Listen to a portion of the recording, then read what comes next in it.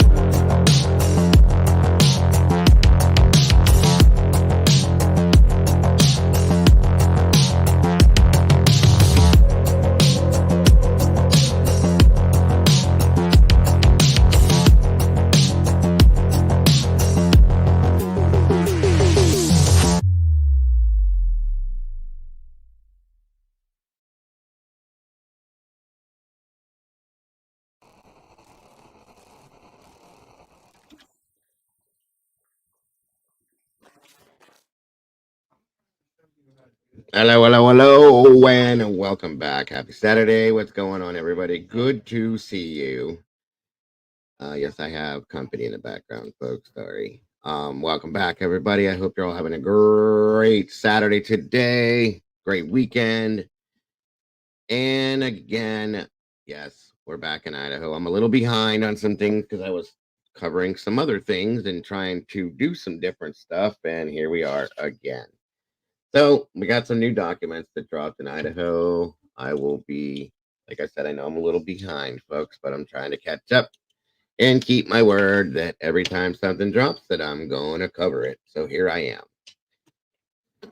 Welcome to all of you. Please hit that like button on the way in the door. Leave a little DNA for me if you will. I do definitely appreciate that so very much. And again, guys, thank you for those of you that joined me last night. I hope you all had a good time, enjoyed yourselves the most you could. Yes, Clue, I will be discussing this once we present everything. That's the big point in it. Now, also, just so you guys know, we're doing two shows today. I'm doing this today now because it's priority per se. And then this evening, we're going to be covering, it's on my community page, the Para Abby Crazy Normal, moving away from true crime. That is this evening, probably between 8 or 8:30. We'll be covering the between 7 and 8. I'll say that 7 and 8:30. So, um, we'll be doing that tonight. So two a day today. Monday morning, guys. Just so you know, Monday afternoon, I should say. We'll be heading back to Indiana to go into Delphi. There's some new stuff going on in Delphi again. Just to give you guys a heads up and have something to look forward to. That's where we're going. That's what we're doing. Um, so if you're interested, please tune in for that as well. What are we talking about here? So anyway, welcome to all of you. 1 second, folks.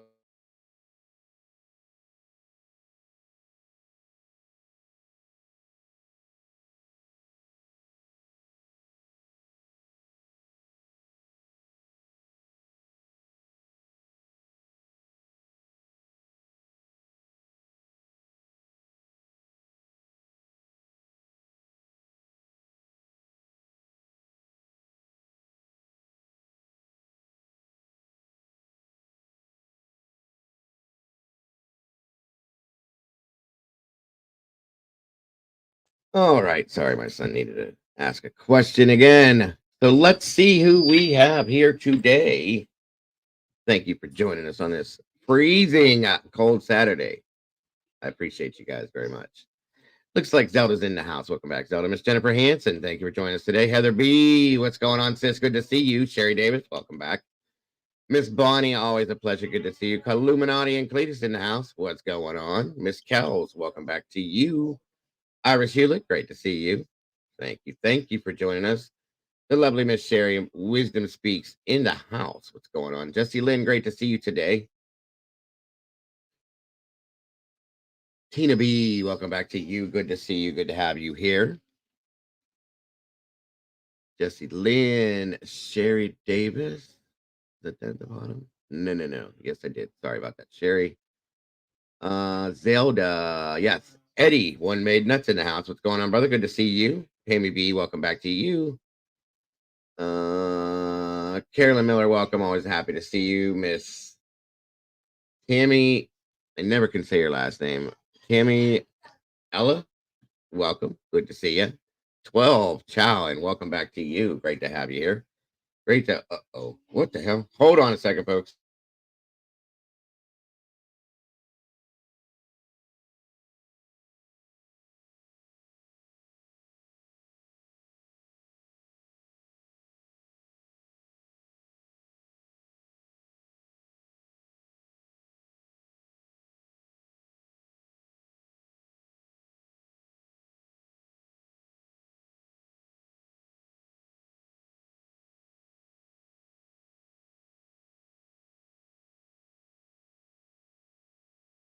Ew, yuck. Nasty. I had a stink bug crawling on my computer. Yuck. I hate these things. Anyway, back to Jackie Young. Welcome back to you. Lisa Wilson, always happy to see you. Mr. Chad Button, welcome back from Iowa. Good to see you, sir. Miss Val's in the house. Hope folks, welcome back. Good to see you. Let me see here.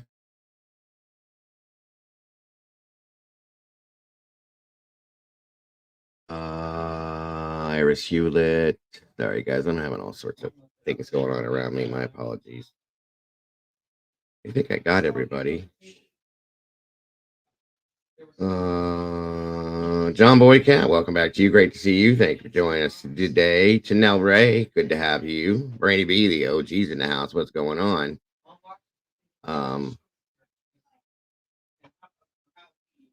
Deb Tutro, good to see you. El Boricua, thank you for joining us today. Eddie is in the house. Hold on.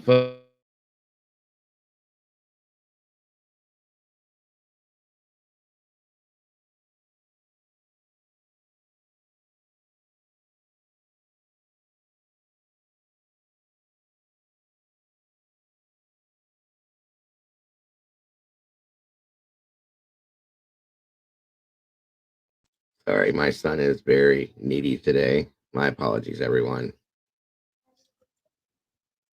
Good Lord. All right. I think I got everybody in here. I'm so sorry. Sorry.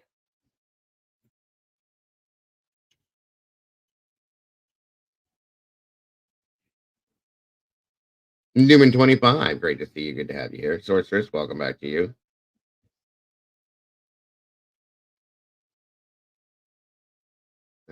Let me see. All right. I think I got everybody. If I didn't, guys, don't take it personal. David Clayton, welcome, brother. Good to have you. Good to see you again. Again, I hope you guys are all having a wonderful start to your weekend. Sarah with an H, great to see you. So, yes, guys, we are back in Idaho, and I've seen comments. People are over it. Well, sorry, folks. This is what we do. If you're not comfortable with it or you don't like it, I'm sorry. Um, it is what it is. I made a promise to cover when documents drop, when different things happen. It is what it is. This is what I got to do, and I will keep my word on it.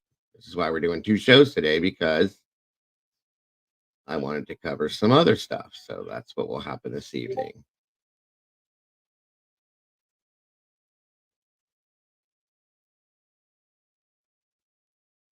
Oh, Carolyn, I'm sorry to hear that. It's cold here, folks. Like cold, cold.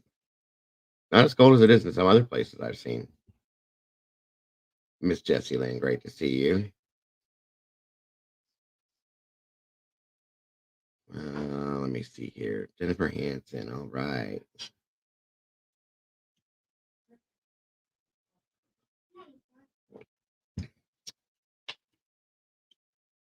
Been quite an interesting couple days, folks. That's a fact.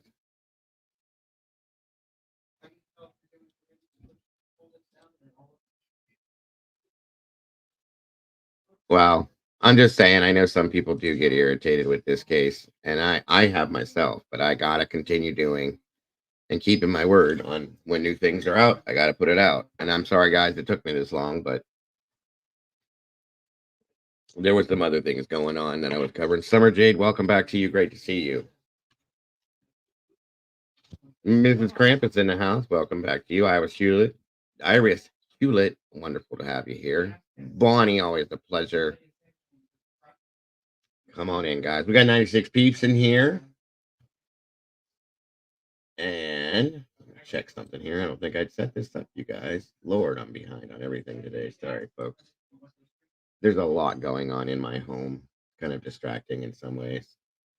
We got 38 likes, guys. Let's make that much. If we can, please, please, please. 99 peeps in here. Sooner Girl, what's going on? Mystical Bandit, great to see you. Thank you for joining us.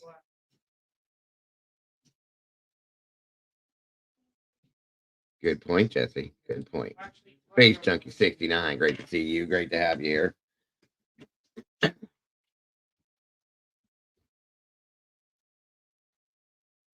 Loves the paint.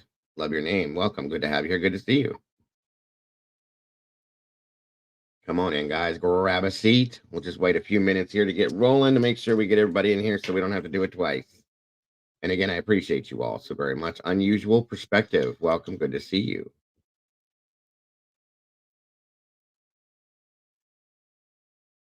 That's a good point, Heather B. Jessa. Good afternoon and welcome back to you. It's great to see you. Thank you for joining us last night. Gordon Shumway, good evening to you, my friend. Good to see you. Thank you for joining. Like I said, yes, we are going to be I'm going to present and discuss the documents. Sherlock Holmes, happy to see you today. And then I'm going to open it up for us to talk about these documents and what's going on with these, because in some senses, these are quite important. This is the IGG stuff we're going to be looking at, folks. That's important. I think that is what is that's the plaster that holds this case together, in my opinion. And I'm hoping now that they have this, we're going to get a court date. I'm hoping. We don't know. North Carolina Mountain Man in the house. What's going on? Yes, yes, Miss Heather. We're having two shows today. We're having this one and one early this evening. It's a little more fun. And again, last night I had a great time with you guys. I hope you guys did that were here. We're going to talk about that clue, actually. Yes, that's why. Excuse me. Doodlebugs in the house. What's going on, sis? Good to see ya. Evie Marie, welcome back to you. Always happy to see you. I hope you all are having a wonderful weekend, guys, and I hope you're staying warm because it is cold out here. Dreamers in the house. What's going on? Good to see you. Nellie B. There she is, guys. We have been missing you, ma'am. Welcome back. Great to see you. Good to have you here.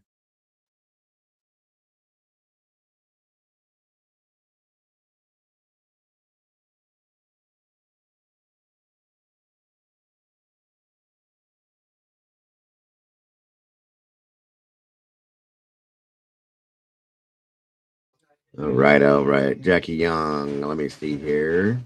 11th request. That's right, David. We're going to talk about that too.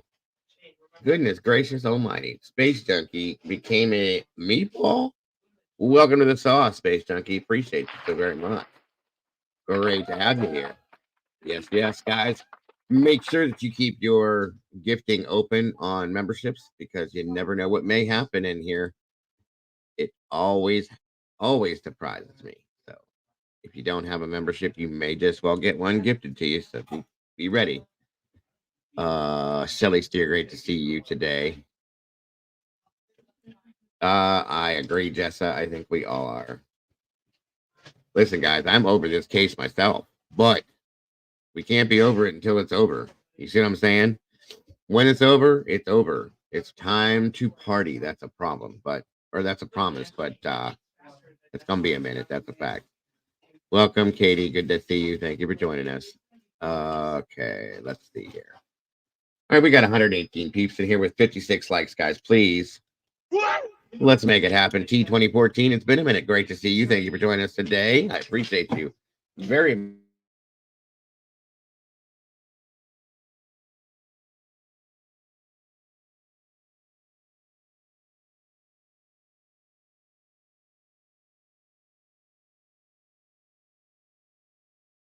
Welcome, Miss Pamela. Polly Pepper in the house. Great to see you. Thank you for joining us today. I do appreciate you. Let's see here.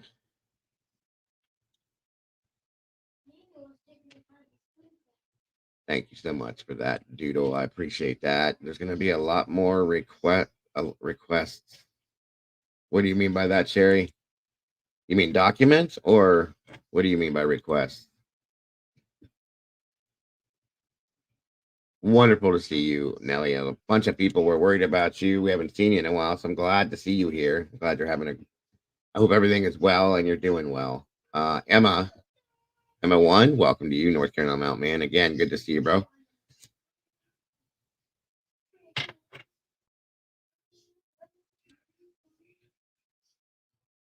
What's up, Duke? Good to see you. Did I miss something? What do you mean, Kels? What did you miss? Oh, okay, Nelly, I gotcha. Great to see you, though. Either way, we were just talking about you yesterday. For docs. Oh, yeah, yeah, yeah. Absolutely. I'm sure there will be too, Sherry. Um, absolutely. There's going to be a whole lot more that comes with this, folks. You guys know it. I know it. We all know it. No, you didn't miss anything, Kels. You're fine, none. All right, guys. 134 peeps in here. It's 65 likes. We're getting there. We got to get this in that algorithm. Let's make it hit 100, folks. It doesn't cost a cent. On your way through that door, please hit that like button. Leave a little DNA, and let's get this out there. B. Oakley, welcome. Good to see you. It's been a while. Absolutely, my friend. Welcome back. Great to see you. Hope you're doing well. And I hope you're staying warm. It is that time of year. It's quite sick. Quite sick. What the hell did I just say? It's quite cold.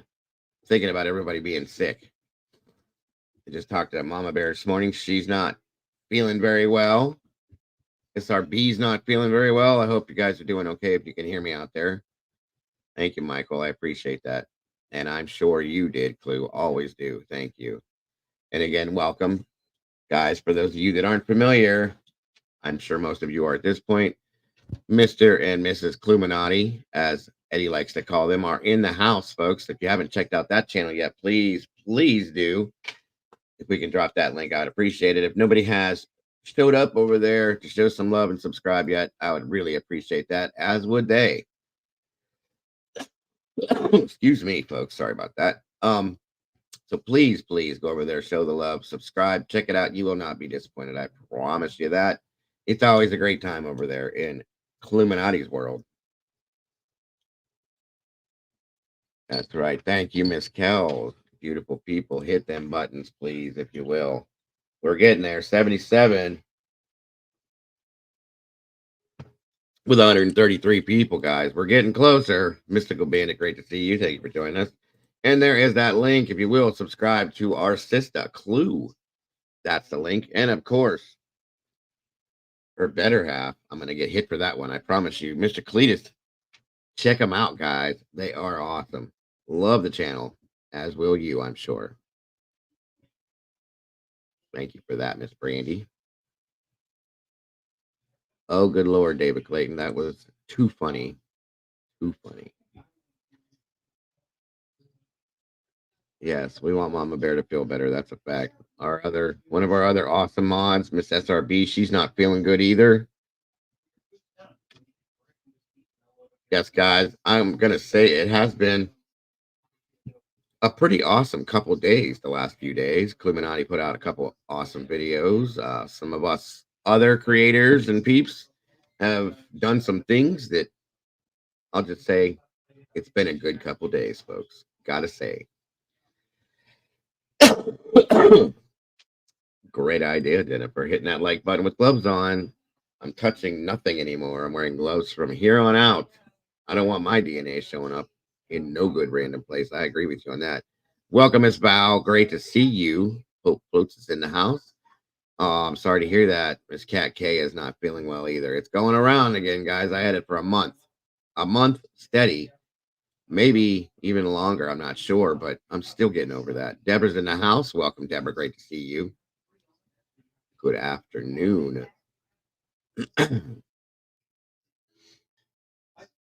All right, all right, all right, all right. Let me see here. 137 people, 86 likes. We're almost there, guys. We can do this. I know we can. You guys always come through in a bind. Let's make it happen. Ms. Boone.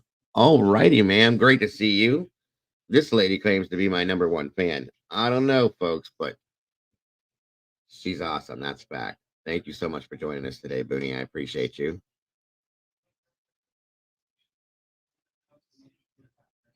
And I want to say hello again because I guess this gentleman didn't hear me yesterday. Mr. Philip Hughes. This gentleman watches us on a regular um, and is very, very supportive of this channel. And I want to say thank you to that, Philip. If you can hear me, I appreciate you. He does a lot of mostly out there what they call lurking. He doesn't come and chat too much, but he's always watching. So I want to say, Philip, thank you. I do appreciate you so very much for the support that you give this channel. Please know that we do appreciate you. And I will promise you that if I see you in the chat, I will make sure that I try to say hi to you every time. And I hope you're doing well, sir, and staying warm in this cold, cold weather that we're having today. We're at 90. Michael. We hit 90. We are so findy. There you go. What is happening? I hope you're having a great day today, Duke. Well, I appreciate that, brother. I don't know about that, but I appreciate the confidence you have. It makes it wonderful, sir. And like I said, guys, once we get these documents out, I'm going to show you. Then we're going to talk about it like we do with most everything. Because I got a lot of questions. I'm sure most of you do too as well. So let me see. This is natural. This is factual. Humans shed 30,000 skin cells an hour. So how many skin cells did they find on DK? It's a good point. Good question.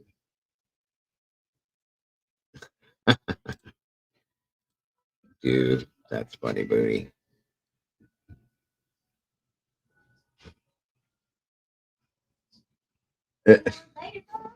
All right, guys, let me start pulling some stuff up for you. 95. We got 5 more to go, everybody. Peggy's Elf, welcome. Good to see you. Thank you for joining us today. Thank you so much for that. And I appreciate that you've been watching that long. God bless. So very much appreciated. Holly, thank you for joining us. Yes, Holly, I'm pulling them up. Sorry. That anyway, I'm sorry. Miss Molly, a member for 13 months. That's so very amazing. I appreciate you so much, Molly. God bless and good golly. Welcome. Good to have you here. Like I said, guys, we're doing 2 shows today. This one right here and now. Felicity J, welcome. Good to see you. Thank you for joining us. We did it, folks. We're at 100. Yay, yay. We can move along. Here, let me see what we got.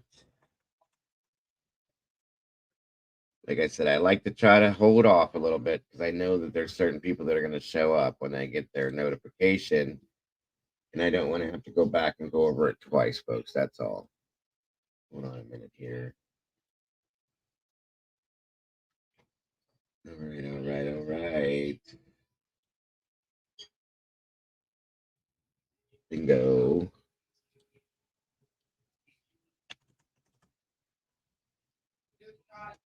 Boom, boom, boom, boom, boom, boom, boom, boom, boom. Hey, hey, Prime Jelly. Good to see you. Good to have you here. Thank you for joining us again. JC Ann, always a pleasure. Good to see you, dear. J-Lit and 12. Welcome back to you. Josie Joe's in the house. Hopefully she'll lick that like button on the way in the door like she always does. I appreciate you, Josie, and everybody else that just jumped in. And let's go with the telemarketers, as always. Never fails where they have radar. All right, let's get this up and pop it. Oof. So many documents in this case. It's crazy. Robert Bell, welcome back to you, bro. So it looks like we have 1, 2, 3, 4 documents that dropped starting from the January 9th. Okay, boom.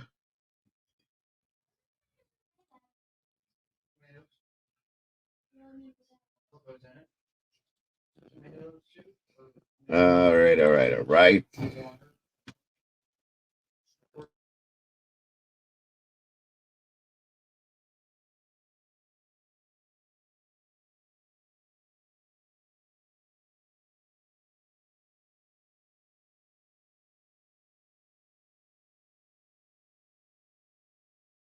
Yes, Iris. I'm actually, if everything goes well, this coming week I'm gonna jump into Karen Reed, go to from the beginning and bring everybody up to where we're at this point with it.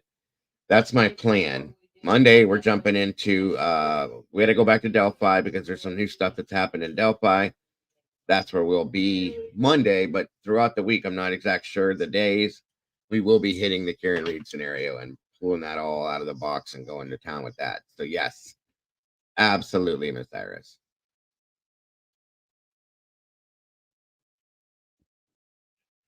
Yes. Good point, Miss Iris. Good point. Sherry Davis. Good to see you, Dreamer. Bridget B, welcome. Good to see you. And welcome to any of the new faces I see in here. I appreciate you all so very much as we are continuously growing, folks, and it's an awesome thing. Absolutely, Lizzie. That's awesome. I would love to hear it. Um,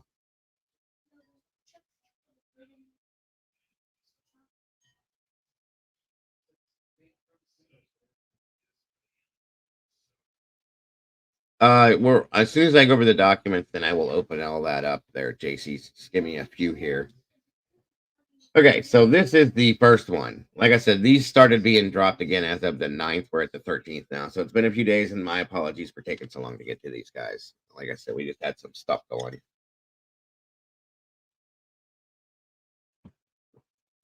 on around us. Thank you, Miss Cherry, very much. Oh, I do agree, Sherry Davis. I do agree. Excuse me. That's a good point, Josie. It's a huge point. So, stipulated motion to file Exhibit J attached to the defendant's 11th supplemental request for discovery under seal.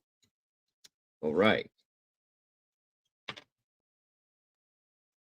Comes now Brian C. Koberger and through his attorney Ann C. Taylor, public defender, and hereby moves the court for an order to file Exhibit J of defendant's 11th supplemental request for discovery under seal.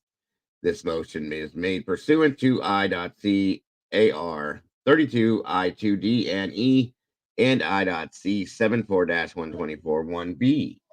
This motion is made pursuant to ICAR 32 I2D and E. I just did that. Good God. Sorry, folks. And because one, the documents contain facts or statements that might threaten to endanger the life and safety of individuals. Two, it is necessary to preserve the right to a fair trial. And three, disclosure would constitute an unwarranted invasion of personal privacy. And we have, thank you, Ms. Dowdy, we have seen that time and time and time again with these documents, folks. These aren't working. So again, That is why it's so important to look into these to see exactly what these are. There he is, Mr. Philip Hughes. I was just talking about you, my friend. Yep. There she is. Or there he is. This gentleman here, like he stated, he's watching from dialysis. Mrs. Dago is the one that is taking care of him, folks. And he watches us from dialysis. Now that's dedication, my friend. And I got to tell you, I really do appreciate you for that and the support that you've given this channel, like I said. Oh, absolutely, Robert. Sorry guys with the feedback, but thank you again, Philip. I appreciate you. And I wanted to let you know that I see you in here. I saw you yesterday too, but we must have just missed each other. So make sure you tell my beautiful, beautiful wife hello and I love her. And tell her to take good care of you, sir. I know she will. I do appreciate you. Oh, absolutely, Josie. Yes, she is. And a phlebotomist as well. All right.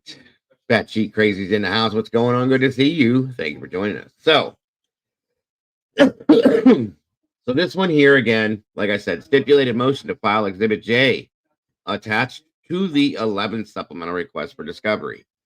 So we're going to look and see what that is next. Yes, Jessa, thank you. Absolutely. Absolutely. Thank you all so very much. This community is so amazing. This is why I love you guys so much. All right, let's bring this one down here and move through this. And if anybody has any questions on this, we will be talking about this all together here soon. So, yeah, there's a lot of trees, guys. We go through some serious trees on this stuff. I'm telling you.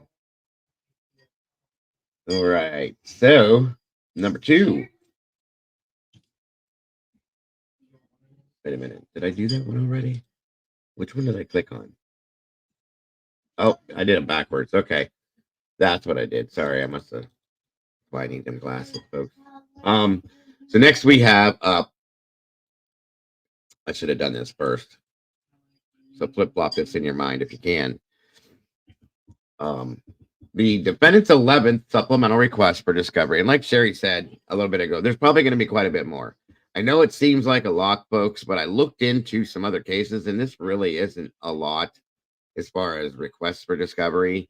I know that, people think that things aren't being turned over for this, that, and everything else. But at this point, we're working on the IgG stuff right now, which is the DNA, right? So that is why we're getting all these requests for different things that are going along with this. So yeah, that's exactly it right there. It's pretty much normal procedure, okay? And I know a lot of people are saying, well, she's not doing that, or they're not giving her this, they're not giving her that. No problem, Mama Bear. Take your time, hon. Make sure you're feeling good. But so it looks like Mama Bear's joining us. She's probably gonna scare me. You know how she does that. And that's the other thing too. We don't know for a fact because they could be asking for new things. That's the thing. We don't know. So again, defendant's 11th supplemental request for discovery. Please take note that the undersigned pursuant to Rule 16 of the Idaho criminal rules, the 4th, 5th, 6th, 8th, and 14th Amendments to the Constitution of the United States, in Article 1, 2, and 13 and 17 of the Constitution of the State of Idaho, request discovery and inspection of all materials discoverable by defendant per ICR 16B1 and the aforementioned constitutional provisions, including but not limited to the following information, evidence, and materials outlined in Exhibit J. There's that. Interesting.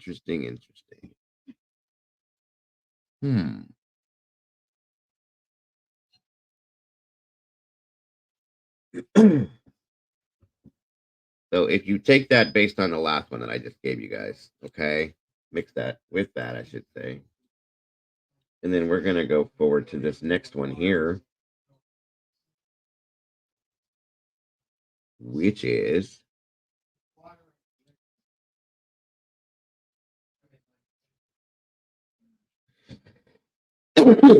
that's what we're going to talk about, Jackie.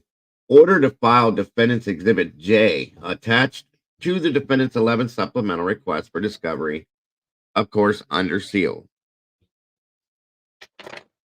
The court having before it the defendant's stipulated motion to file Exhibit J attached to defendant's 11th supplemental request for discovery under seal and good cause appearing now, therefore.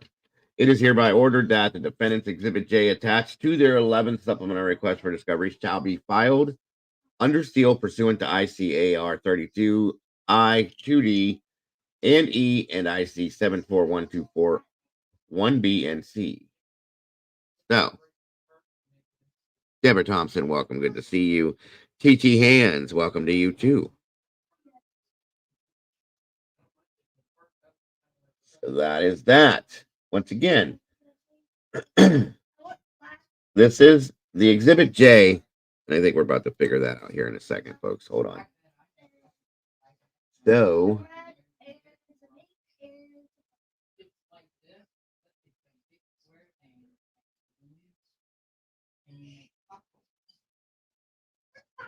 and kaboom. Okay, here it is. All right. All right, all right, all right.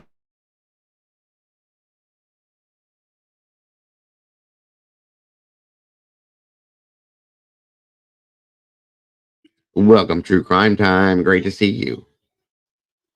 Maybe Ann will be satisfied and we can move on. Amen to that one. Good to see you, True Crime Time. Like I was telling you, I don't know, you just jumped in.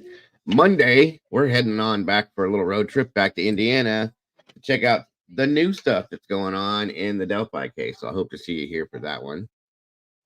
Welcome to this one. CL, good to see you as well. Miss Heather B became a member, and welcome to the Sauce, Heather. You meatball folks, congratulations to you. Wonderful to have you here, Heather. Thank you so very much. Lynn T, good to see you as well. Let's see. CL says, wisdom is out of the ordinary. All of this should have been ready to go. They said that he did the crime, but still waiting on proving it, not ordinary. And it will. Now, that part of it, I do agree, is kind of off. I do agree with that, CL. Miss Sherry says the discovery can last until 2 weeks before the trial. It's a good point, too. So we got both things back and forth with that. Oh, I know. That's what we're going into Monday, Salty. That's why. Definitely, definitely. You guys are gonna want to be here for Monday show, unless something happens and I can pull it off tomorrow. Because there's some stuff going on in Delphi again. So it's great to see you, Sale. Thank you. So again, the next document, and this is what it all works out to, folks. What it works up to. The most important one, in my opinion, so far: public order for disclosure of IGG information.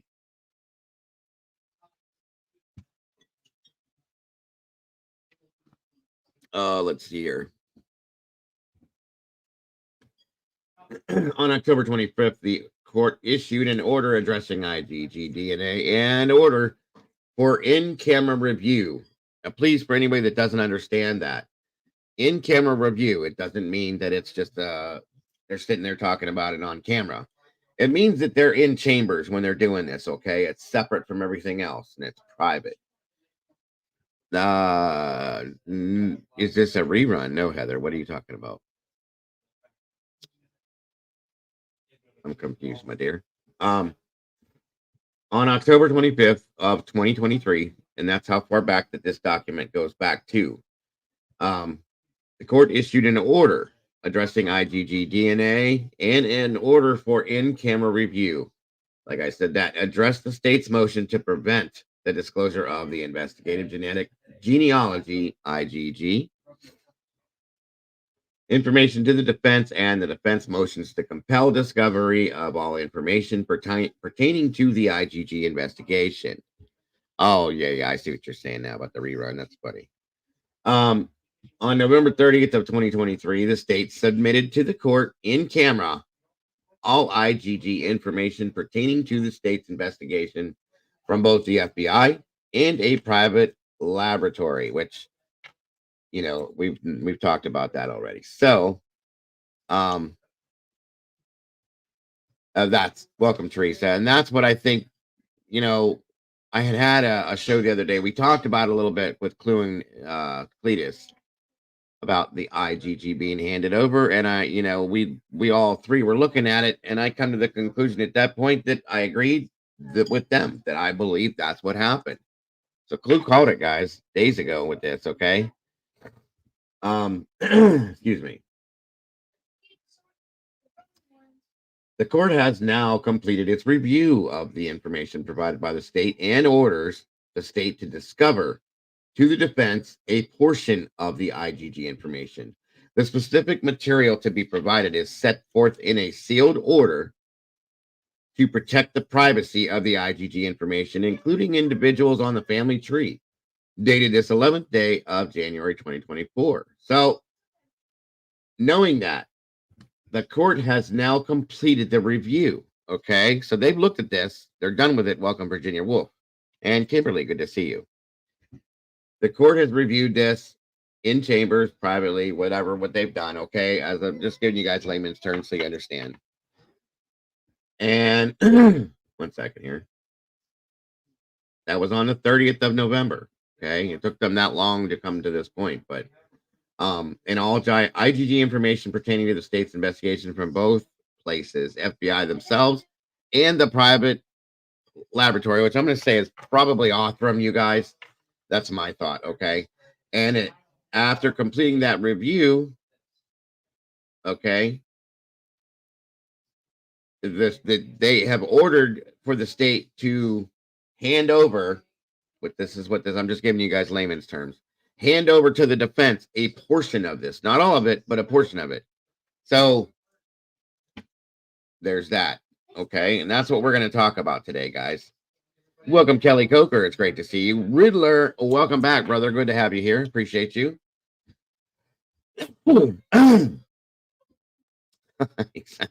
Great stuff, Josie. Let me see. Am I missing any? And that's Felicity says that's where her thought comes in. American Princess, welcome to you. Been a while since I've caught one of Dago's live. Got a beer up every now and then. You too, Kimberly. Thank you. So, and there it is, folks. And I'm going to keep these right here on my desk. Nevada Cops, welcome back. It's good to see all the peeps I haven't seen in a while. Thank you guys for joining us. That's a good point, Bad Sheet. Why not all of us? Haha, you didn't scare me. Nope, my mouse screwed up. You tried, though. I know you tried. Yes, I did. Okay. Welcome, Mama Bear. Hey, hey, hey, hey. How you feeling? Eh, that time of day where I'm starting to go down. I feel good in the mornings when I get up, and then towards the afternoon, evening, I start going back down again. Please don't feel like you have to be here, hon. If you're tired, you don't I feel don't. good. I'm bored. Go lay down if you want to, honestly. Nah, I'm good. Yes. Hey, Josie. Woo-hoo, Mama Bear. Everybody get excited. It's been a minute. Yeah, again. Moonflower Lotha? Why only a portion? That's the question of the day. Question of the day, Miss Sherry. Love you, Mama Bear. Of course we do. Mm-hmm. We all love the Mama Bear. I do hope that. Are you taking anything over the counter? At least anything a little. We have some Mucinex cold symptom stuff that I've been taking. Okay. It's it covers cold, flu, everything under the sun. That one all in one. Right. Ghosty ghost the dog. Yeah. You look a little.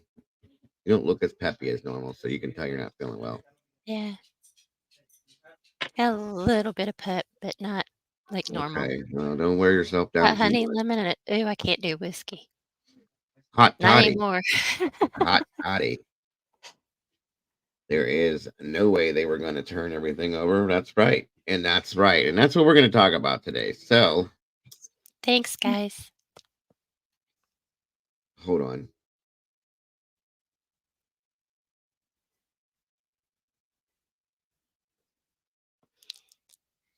What was that? Lysine? Sorry, my granddaughter's making bracelets and had to measure my wrist. Sorry, folks.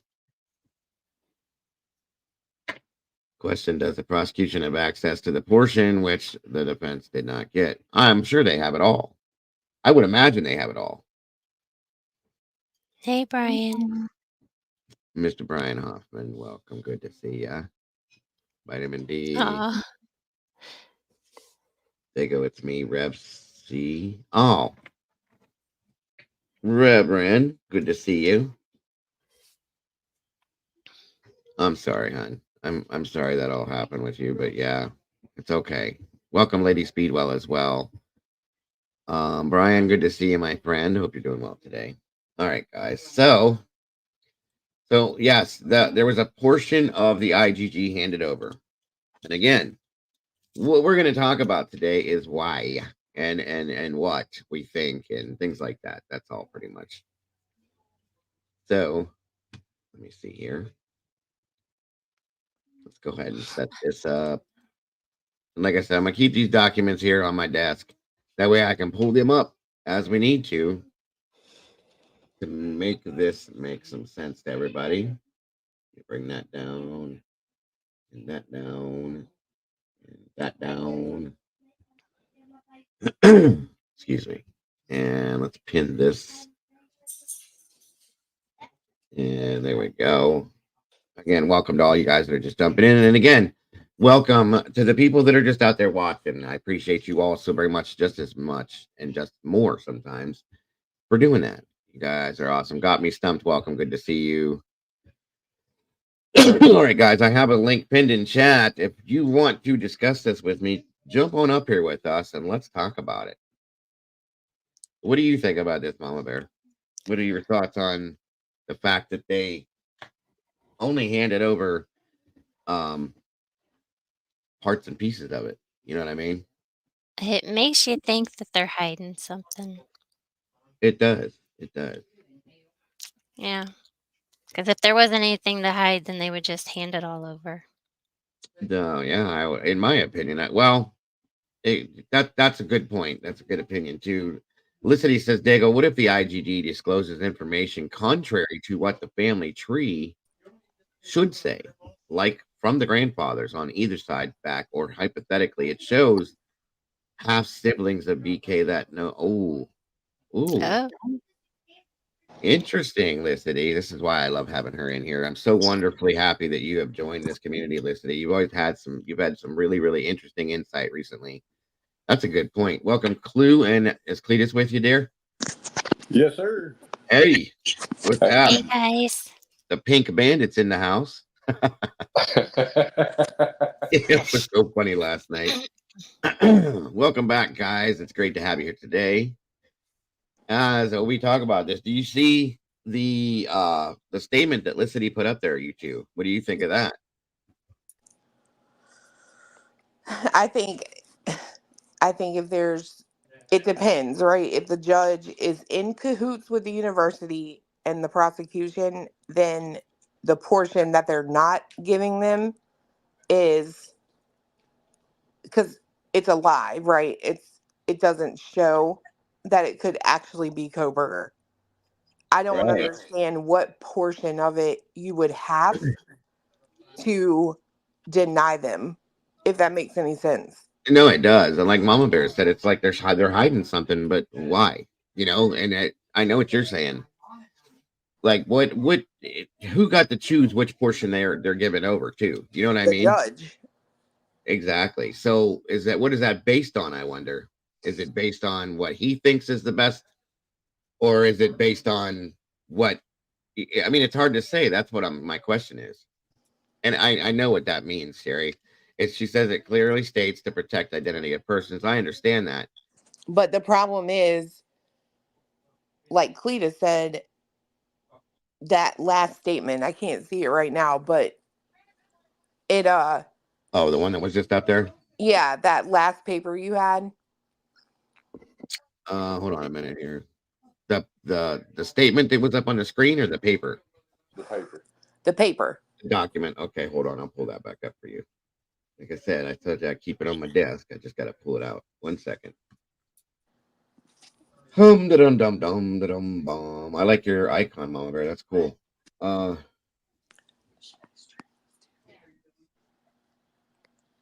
at that. It's had it here.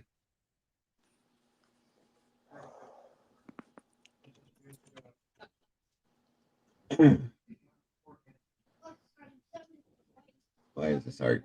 Why is my computer arguing with me? Maybe it's low key a woman. It could be. I never named it, but it could be. You should name it like Bertha. Bertha. I'll call her Bertha. I'll call my computer Bertha. That's not good. It doesn't fit. All right, so we were pulling up the IGG document. There it is. Okay. Kaboom. All right. All right, here we are. Yeah, that's the one. Okay. Yeah, so that last statement there, I'm waiting for it to catch. The specific material to be provided is set forth in a sealed order to protect the privacy of the IGG information, including individuals on the family tree. Yeah, okay. So Cletus was saying that is some BS because the whole point is for them to see how the family tree was built out and who is on it if it leads back to Brian. Yeah. Gotcha. That's Now, interesting. I don't know if that, so, and I told him I think that means it's sealed just to us, right? Right. But does it actually mean it's being sent to them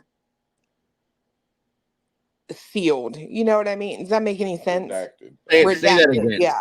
Say it again one more time. I'm sorry. So I told him they may have put it out worded that way to seal it from like the public, but does it actually mean they're giving it to them, to the defense, in a sealed manner? Like, in other words, redacting the names. And if so, then it's effing useless. Like, what am I going to do with that? I don't think they can give it to the defense like that. The defense should have to be able to see everything. Like you said, putting it out this way in a sense so that the public doesn't see what we're not supposed to see. I mean, I'll go along with that. Yeah, that makes sense. But I would imagine the defense has to see what's in there. I can't imagine they can seal it from the defense. You know what I'm saying? No, it does make sense. But then my question comes in of why add those last 6 words to that statement? Because the individuals on the family tree are inherently part of the IGG information. Right. And I have a question, and I'm curious what you guys think of this. And it's everybody, Mama Bear, Cletus, Clue, anybody in chat.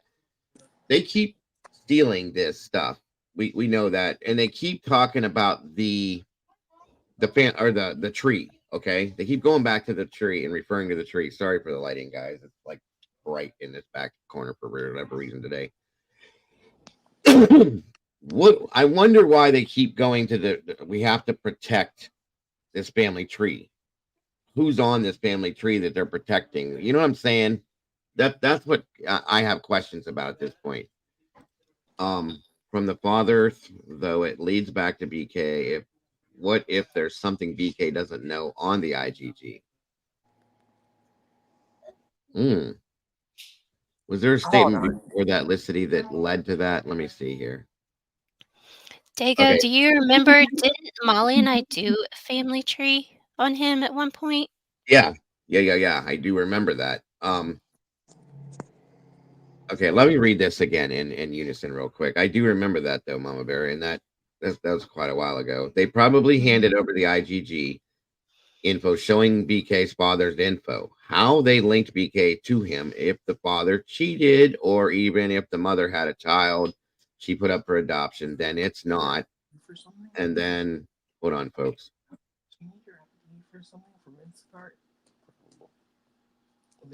She's still working on her bracelet. Sorry. Where'd it go? Back down to Licity. Where did that other statement go that she said so I can finish this? From the father, though, it leads back to BK. What if there's something BK doesn't know on the IGG? And that's my thought. So what I mean, now, based on what that said, though, repeat what you said again, Cletus, if you don't mind. My question about it, and it's me nitpicking more than anything, probably. No, it's okay. But when they say set forth in a sealed order to protect the privacy of the IGG information, if you take the next 6 words out, okay, and think about what the IGG information is, right? That should be the family tree, individuals on the family tree, everything pertaining to the investigative genetic genealogy. So Right. why add those 6 words at the end of that statement? Because it's already implied, and it just makes me question it. It's me nitpicking it, but it is. No, What that's what it's about. Yeah. Say that one more time. Why add that to the statement? Right, because it's already implied because the family tree is part of the IGG. Oh.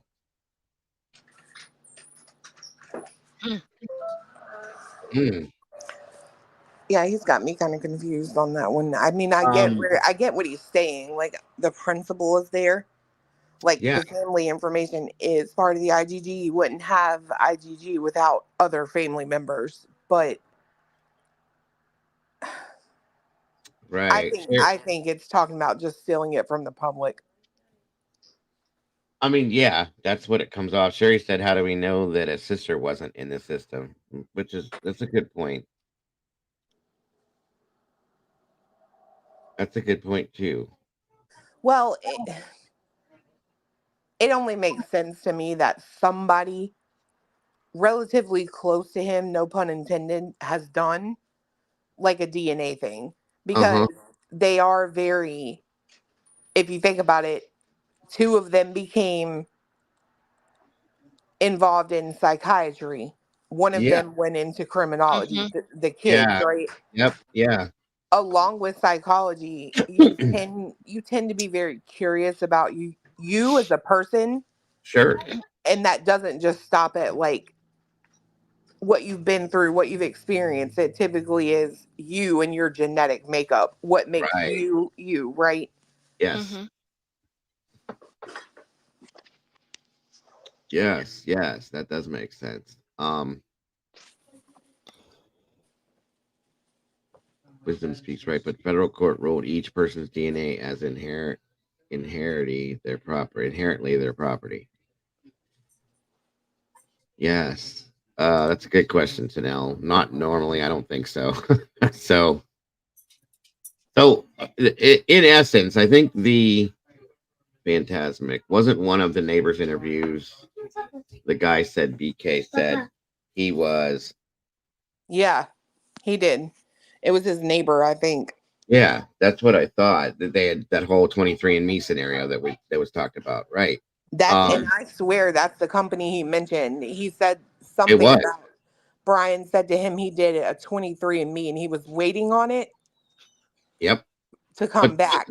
was that or was that not debunked?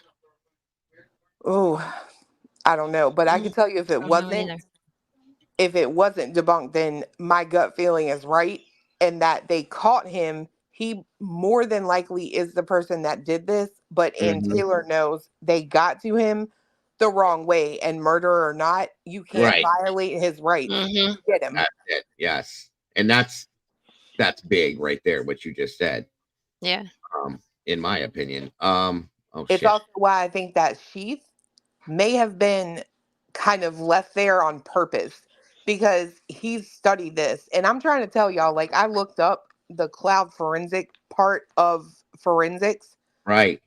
In order to do that, you got to be like a superhero. Like, you have to be so smart, like smart past what most of us are, right? Right. So he has studied this. I promise you, he has dived completely into his field. And he knew when he went in there that even if I leave this little breadcrumb and they get to me, they will have to do it illegally. Like, he's like, they're going to have to be exposed as violating people's rights. Right. Hold on a minute. So, Felicity says also the DNA is generally pulled for criminal activity. No one else on the tree is charged or being investigated for crimes. Okay. Well, so here's what I want to know, right? Typically, in a case like the DOJ has guidelines set forth, and you're not even supposed to ever mention that you used IgG, Yeah. right? Yeah. That's why a lot of times it's not even brought into court. Right. So I'm curious what the difference is with this case. Like, in other words, was the prosecution really dumb enough to put forward all their info and show the defense that they used IgG where they're not really supposed to ever do that? Right. And And I have a hard time swallowing that, considering you had the FBI helping you from the second day. You called them in on the 15th. Like, yeah. Yeah. they they they should have made it very clear, do not mention IgG. It's true. That is true. How does a PhD candidate whose focus was psychology, geodigital forensics, get his perfect crime foiled by a phone and some pesky traffic convenience? That's a good point there, Greg. Mm. And your Clue's right. You know, to do what he's doing, what he was going to school for, the cloud forensics, this, that, blah, blah, blah, stuff like that. You got to be like super smart, guys. And you made a good point with that, Clue. You really did, in my opinion. Welcome, Draw. Good to see the doctors in the house. I'm But still not convinced he wasn't trying to pull off the perfect crime because they never see him going in. They don't have any connection tied back to them victims in his car, his house, his office, blah, blah. right, I think his intention was to see could it be done. yeah, exactly. Good point, Draw. I agree. I agree. Hmm. Um, Hold on, trying to read something at the same time. Welcome, Lisa Blejo. What if the sister went to the prosecutor and gave her DNA because she thought he did it and they're covering for her? Or well, see, somebody said that to me. I was going to bring that up a while back. What if something like that happened? You know, it was talked about that somebody thought that one of his sisters may have flipped on him, right? Mm-hmm. I said that I think it's a good possibility if you look at the timing. Yeah, and if she doesn't want this known to her family, because of course they're gonna, oh my God, you know, that's your brother, blah blah blah, and she wanted to keep it on the DL. What if that is something that happened and that's what they're protecting? You know what I mean? That would be quite interesting, in my opinion, because and it that would be a mind blow if that was something, and then they put her on the stand for the prosecution and she testifies against him for something that she saw or knew. Well, you got to think they went down there on the 15th. Right. Maybe the sisters couldn't get there that fast. You know what I Uh, mean? Or they got there like say the 20th or yeah. something. I don't know. Yeah. Right. You see him acting strange.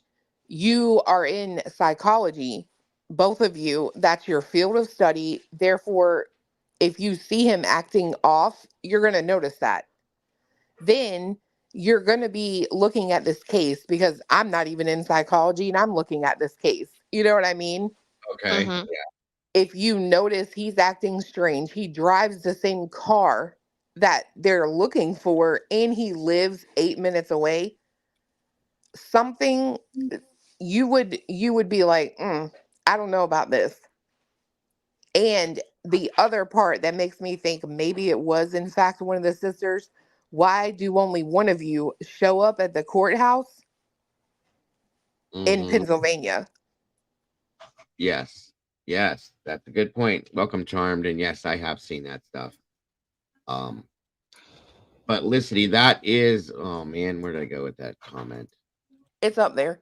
That would that would just be an informant, though. You'd assume a sister would be on the IgG info, right? But if she doesn't want to, like, I don't know how this would work, folks, because you know we don't have that much knowledge about this. But if she doesn't want to be out there because she's did this on the DL, like I said, kind of be trying to be sneaky, trying to be quiet because she thinks her brother actually did this, but she doesn't want the whole family to know that she turned on him. Okay. Would they keep that quiet? Would they keep that off the record per se? And, hence the reason why they're having an in-camera conversation in court in the chambers rather than out in the court. Mm-hmm. That's something I've wondered for a little while. And now seeing this happen like it did, it makes me wonder. Yeah, Carolyn just said that too. What you kind of leading off of what you said, Clue, that one sister cried tremendously and one sister did not shed one tear. So, and that goes back to one sister went to the court, the other one didn't. Which sister was it that the phone was stolen from? Which sister did he have a good relationship with and not? I wish Willie was here and maybe he knew that. That's a good point. I've never thought of that until just recently either. That's interesting to me. Thank you. I don't know. I still go back to it. Kind of makes you wonder, like, I wish we knew more about their like family dynamic, because yeah. it's really weird to me that you have two of your kids go into studying the human mind, how it works and behaviors in people, and then you have another kid go into the criminology aspect of things. Brian got a degree in psychology too. That's what one of his degrees was psychology. I do believe, somebody correct me if I'm wrong, but I believe that one of his degrees, I don't know if it was the one from DeSales or not, but was a psychology degree. So I think you're right. I think you're right on that. Yeah, it was. That's what I thought. Yeah. Yeah, Is it a master's? And then the master's in the criminology. It would have been his associates. Yeah, it was. I think the Northampton Community College. He's got the BA on. Yeah. Okay. Thank you, Salt. Too. Everyone's saying yeah. So okay, we got all three of your kids get degrees in psychology. I mean, that's weird. I'm sorry. It is. And the mother, we know, was very relative to that kind of stuff. Okay. Yep. So she was against the death penalty and all that for Ted Bundy. Right. And even the sister, right? She wrote that poem about the Uvalde. Yes. See? So it makes you wonder, if you break down my wife has a BA in psychology as well, both of them, you know what I mean? And she did it because she wanted to understand people, why they do the things they do and this and that and everything else. So, I know, Brian, there's something going on with it. It's not working. It won't let me. Your stuff is not coming on. So it won't let me pull you up. I'm sorry, but I'm trying. I've been trying. And it's saying that your microphone and your camera are not linked or something like that. But anyway, so yeah, that's a good, those are good opinions and theories on that. I think, it made me wonder, and I was talking to her about that herself because of what the degree she has. And she goes, yeah, that is a good point. Like, why? So I don't know. It is a rumor. You're right, about the sister, this and that. And I'm not saying it's fact. Okay. I'm just saying, what if, you know what I mean? Because they keep going back to this. They're protecting somebody. They're protecting somebody. They're protecting somebody. Yeah. That is involved with this tree. And that's what I'm saying, Salty. I won't be surprised if prosecution calls her. And I'm telling you, it's going to become more than a rumor at that point. And I just feel like if that's the case, she just doesn't want the family to know until they need to know. And they're maybe because they look down on her because that's your brother.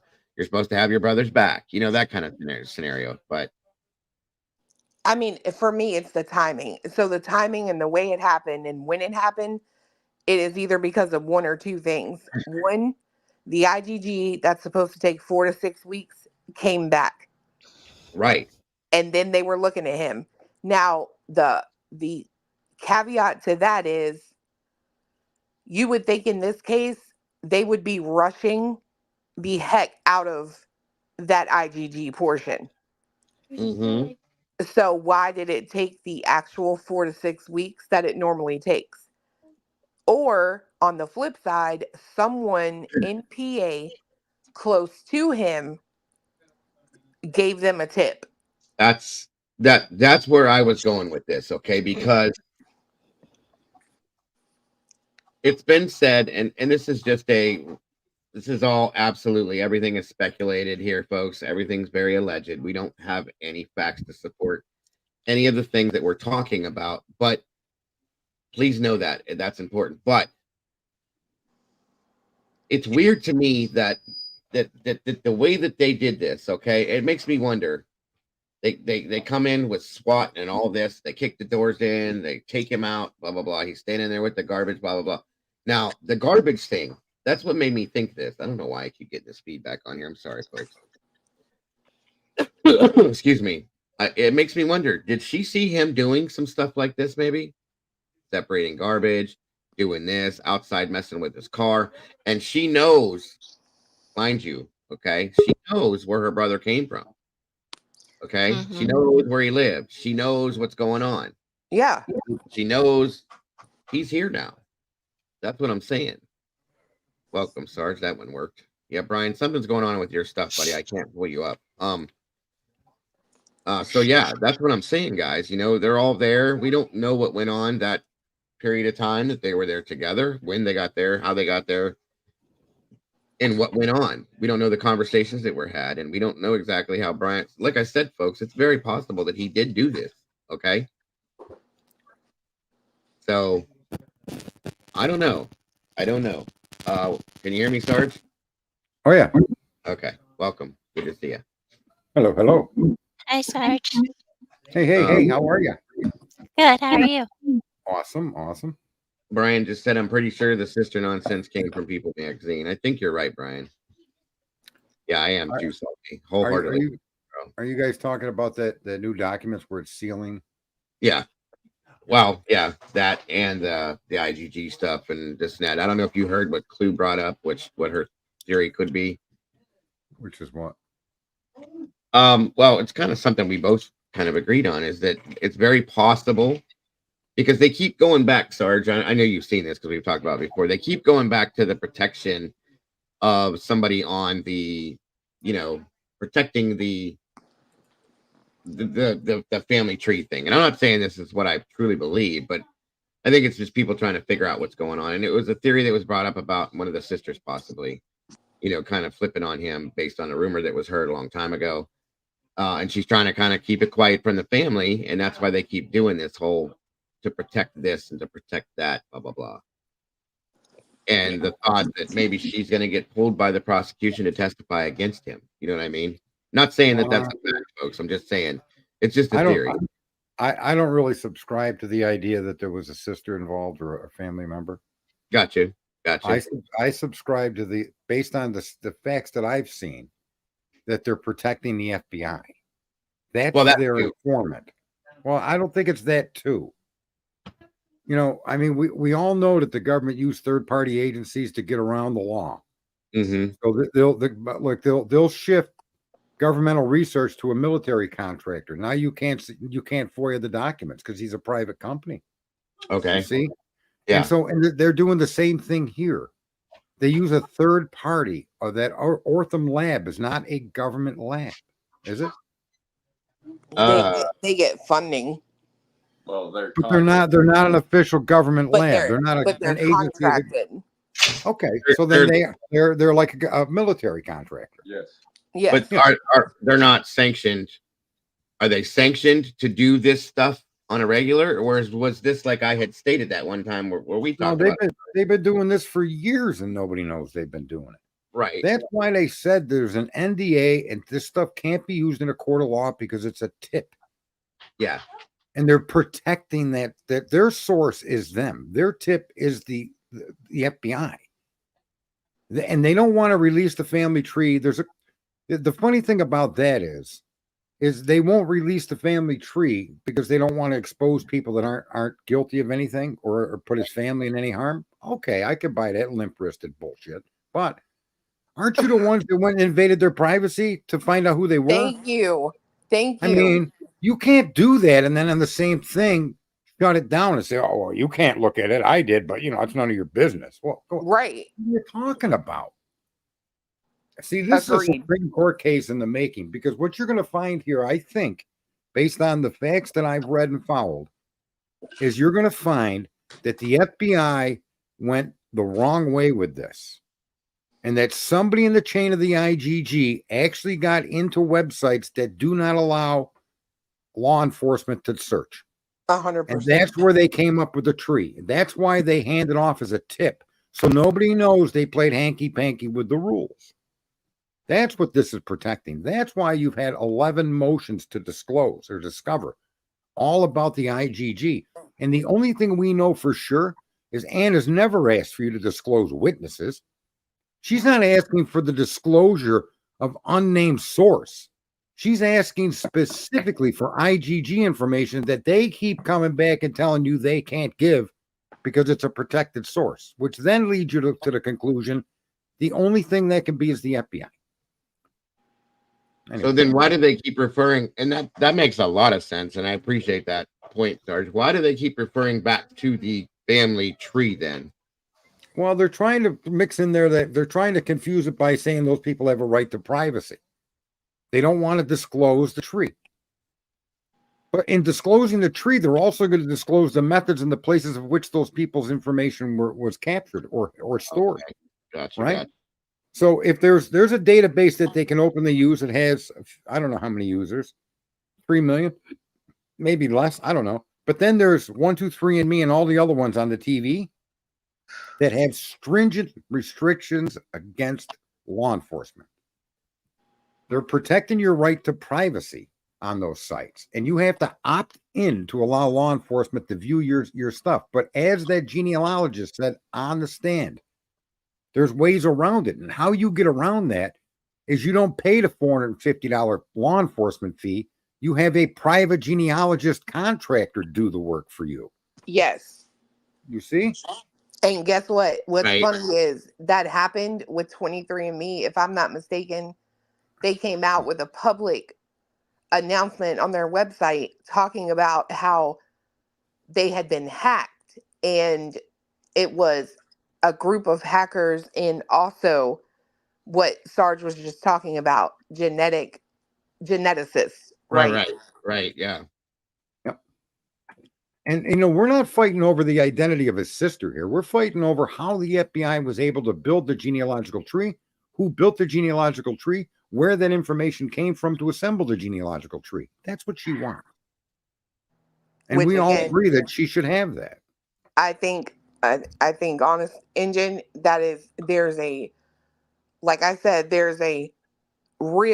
very real possibility that he did this, but they got him illegally.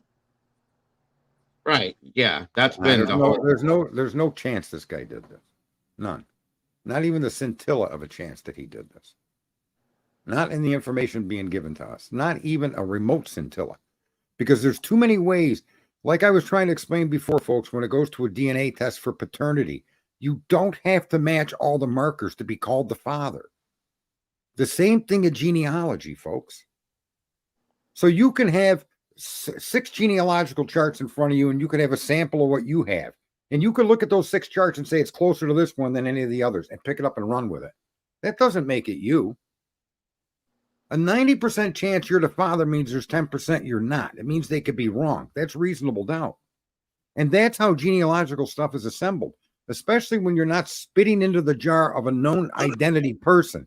In other words, when you spit into a container and mail it in, they know who you are. They have a starting point. These people had no starting point, folks. They simply took a sample under a new system of software, a new developed tool that this lab created, and they magnified the shit out of it until they could come up with enough of a DNA profile to print. Once they did that, then they start comparing it to things that are close, because it's almost impossible to get a direct match unless you have that person's DNA with you. That sample they had could only match the person that after they played with it and magnified it, it was identifying one person. So you put it into a database, and 100 people could come up on that sample that are close to Koberger. But what are the odds? American Princess said, hold on, Othram Lab is only for cold cases, and Idaho 4 wasn't a cold case.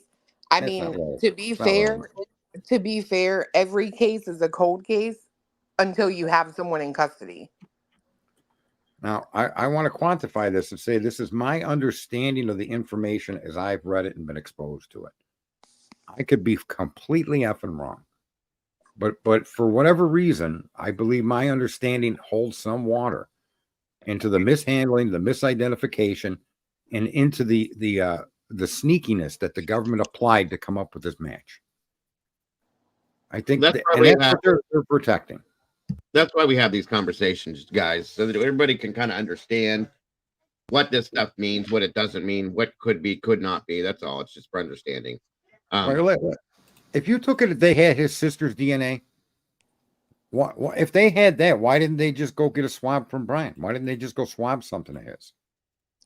See, the problem we have here is to me is they had a genealogical makeup that they thought could possibly be this guy based on whatever decisions they made to get to it. And that's why they tried to surreptitiously get his DNA. But I suspect that they had a sister, and that sister's DNA had any relation to the sample that they had, the case would have been arrested on that, not needing the father's. Just look at the trouble they went through. So if there was an informant that directly could put him or accuse him like that, and then offer up a sample for DNA, a lot of this you wouldn't have to be worried about, right? Right. That's all I'm saying. I mean, if I gave my DNA because I think one of my family members are involved, that would be enough to put them onto my family member, and then at that point, it would be their job to get his DNA to confirm it. But it didn't go that way. They didn't get a family member until they went to the garbage, unless they're lying about that. Unless the father came forward and gave up his DNA.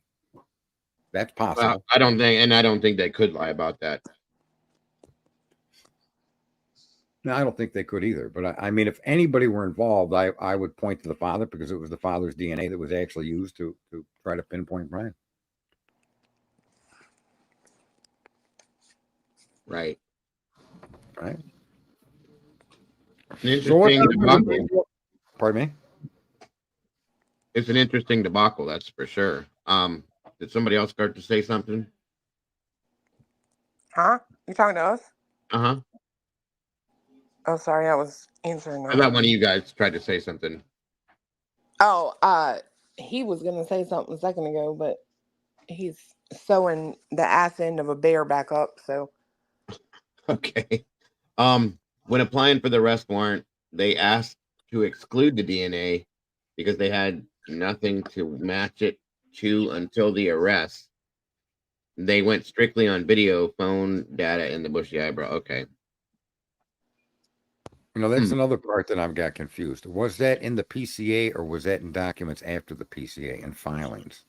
it was in the arrest warrant, but only in Washington. Okay, see, I don't have the Washington PCA. I don't have that one. You mean Idaho or Washington? Washington. So listen, when Dawn Daniels was applying for the search warrant for Koberger's apartment. Oh, yes. She asked for them to specifically not count basically the DNA should it become inadmissible in court, and it's only in Washington. Does it say that? And that was after they had already arrested him, and that was a follow-up warrant for a search, right? Correct. That was the investigation, the search warrant for the investigation. It was not in the original application for the PCA. No. Right. Wasn't that the one where she called the judge to get approval instead of it didn't have a signature and he said she could just sign it or something? She called him to get an additional search warrant for a storage unit. Yeah, that's right. The storage unit. But that storage unit wasn't it the empty apartment or the empty room that was in the apartment? Because it's a separate storage unit. Like they have downstairs. Outside somewhere they have little storage compartments. It was separate from the apartment. Right. Yeah, this case is just perplexing, and the judge doesn't do anything to help clear up the public's perception. It's the most mind-numbing thing in the world.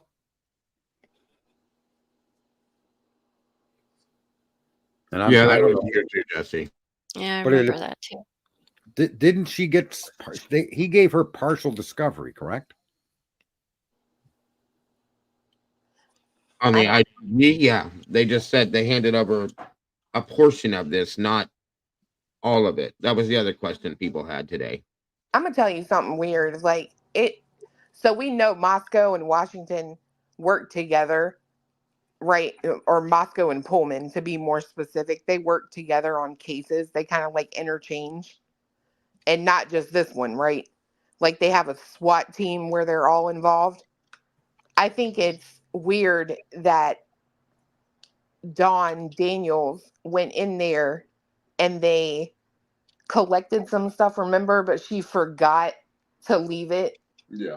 She forgot to leave it in the paperwork, so she had to go back in or slid it under the door or something. Yeah, that's what. Yeah, you're right. Or something, it seems like. Yeah, yeah, it was an inventory log of things that people had taken. Right. And didn't she leave evidence in her trunk for a while? I don't remember that. No, I think she had left it laying. Like I remember Jules did a video. We talked about this too. Like I think it's something laying on the couch there and just left it in the apartment or something like that. I might be wrong. Somebody fix me if I am. But well, see, that's what I thought. There was something else that she did and did maybe a report or something. But I remember, if I'm not mistaken, she specifically went back in and left something on the couch. Like I swear that sounds familiar to me. But that's what I'm saying. It was something because the defense was supposed to come to the apartment and she left it there for them or something like that. Yeah, that's where she left it for them. Right.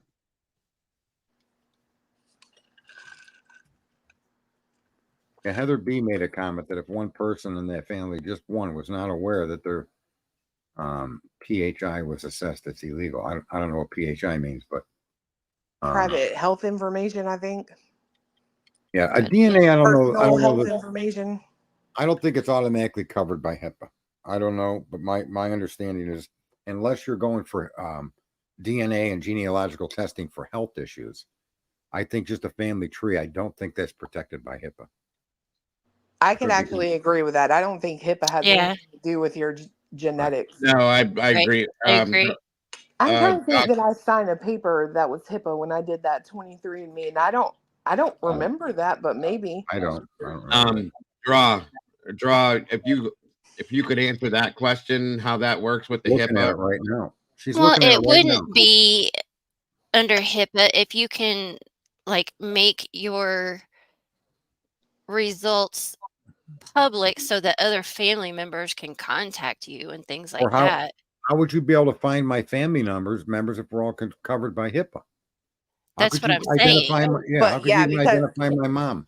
What she's talking about is on the website. You can share that information between family members. Like I have family members on mine, right? And I can see their, like, this person's from Asia, blah, blah, how much of their makeup. Like you can share that information between. You're part Asian? Not me. She's just saying that as an example. I know, I'm just being a smart ass. Oh no, I can tell you, I'm like as white as they get. I'm like from Europe and Germany and France. That's what's the deal with the 4 pie cuts of your face? What do you mean? What is that? What Hello, who doesn't? You wear glasses? Do you got 4 eyes? What is going on here? Who doesn't want more of me? Everybody gets a piece that way. Holy shit! Oh boy! Break out the penicillin. You know what, Sarge? I swore I wasn't going to talk to you today, and here you go. I'm going to go back to my original thought. I'm not talking to you anymore. I love you too. Don't you worry. They love each other, folks. Can you tell? They really do. Riddler says genealogy. No, it's not. Yeah. Genealogy companies. DNA testing services for ancestry and genealogical purposes are not considered to be covered entities under HIPAA per internet. Thank you, Riddler. Oh, but your DNA is held private and in confidence by those sites. That and would you be have to sign off, or the cops have to come with a warrant. That's what I would think. I mean, the actual sample and anything extracted from that sample that you give of your DNA for your DNA genetic testing would be protected under that. Right. But the actual results that they make available to you via their website, I can see how that's not. Right. Yeah.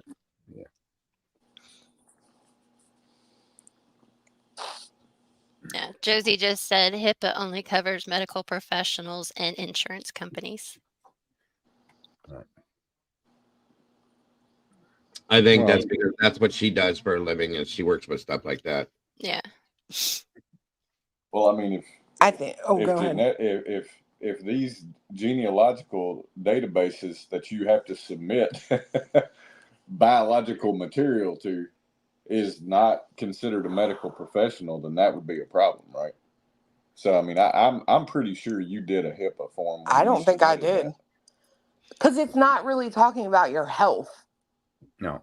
It's talking about your genetic makeup. It doesn't, like, now they can say things like, oh, you're prone to gallbladder issues or something, right? But that's not saying that you do have them. It's not a health thing. You know what I mean? Well, I can tell you, if it's not, there's no way they will ever need to submit. You know, someone Googled it, and it's Heather that's saying she was there at the site reading it. So there are two opposing particular statements in the chat room on this particular issue.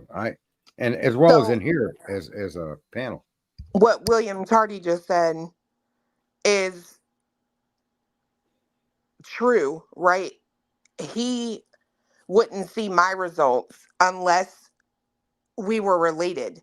But the reason I say that it cannot be HIPAA is because every day, I don't know, somebody in my family way back when was loose as hell, because every day I get a notification 33 new relatives added, 93 new, it is every day, right? And they give you the name. Like, you can go to that person's profile should you click on it. And I'm on 23andMe. So he's right. Unless we're related, like, we would never intercross. But if he was like my 8th cousin removed, it would show me your new cousin was added. Mm-hmm. And that can't be in HIPAA. HIPAA would never, in my opinion, do it that way, but maybe, I don't know. Welcome, V. Welcome to the sauce, new meatball. Appreciate you. Welcome, V.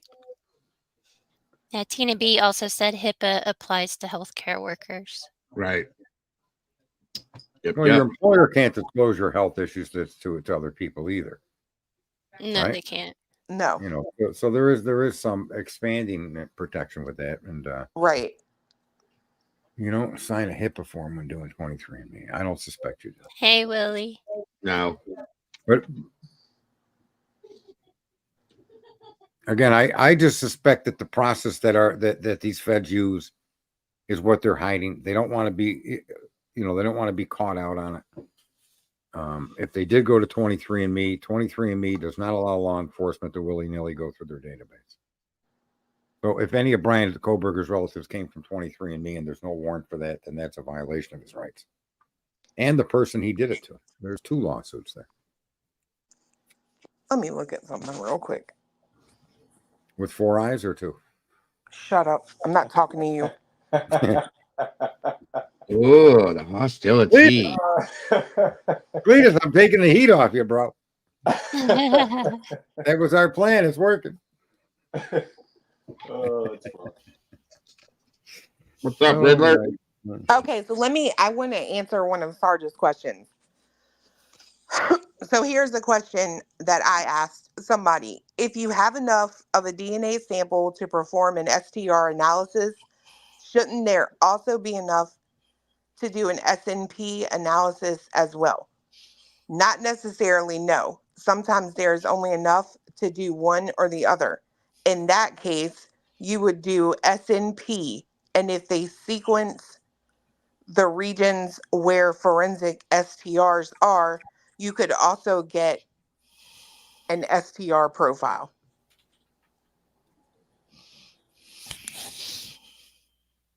Do you see how complicated that is? Does anybody understand that? Wait, say that again. I was like SNP, STR, ABC, what? Right. So what somebody just said, right? A comment up there was like, they can do things and complete these things, but it's too complicated for most of our brains to understand. No, I don't think so. Okay. Like, I mean, I hear you, but to do these things, like it is craziness to work with DNA and profiling. Listen, I'm sure it is, okay. And but again, it's not beyond a common person to understand anything if they devote enough time to understanding. Or if somebody lays it out in layman's terms, there's right. Well, layman's terms does sometimes shortcut the accuracy of your answer, but I just want to tell you, I went to the HIPAA website. I have it up on screen, guys. Go ahead and explain it, Riddler, if you want to. Yeah, please. Well, it just says, does the HIPAA privacy rule protect genetic information? Answer, yes. Genetic information is health information protected by the privacy rule. Now, if you go on the internet, you're going to find it both ways. But if you put in the genetics and your genetic makeup as far as your health is concerned, I could see. Is genetics, is that how we refer to DNA? I think genetics are probably a product of your DNA, if that makes any sense. Okay, Regina just said, excuse me, folks. Certain genetic markers are standard among all species and can be filled with set up standard gene sequence. That's what Clue was referring to. So yeah, exactly. Gotcha.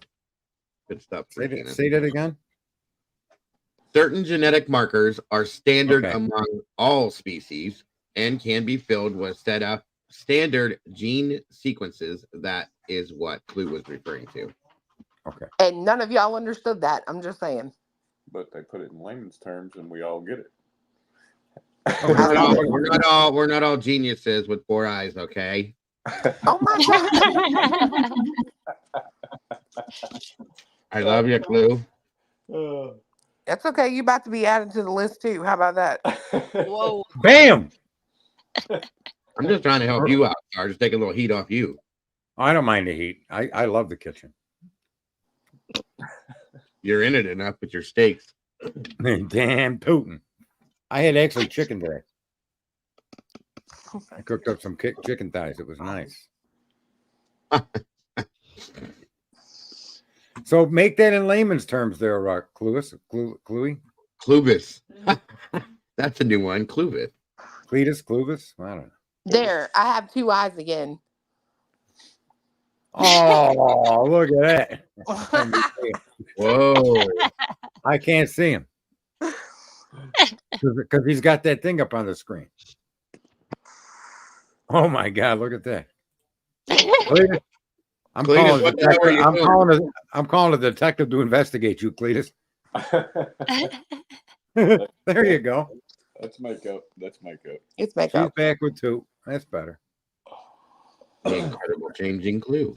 The pie cut was freaky. It was like for a horror film that was going to debut next week or something.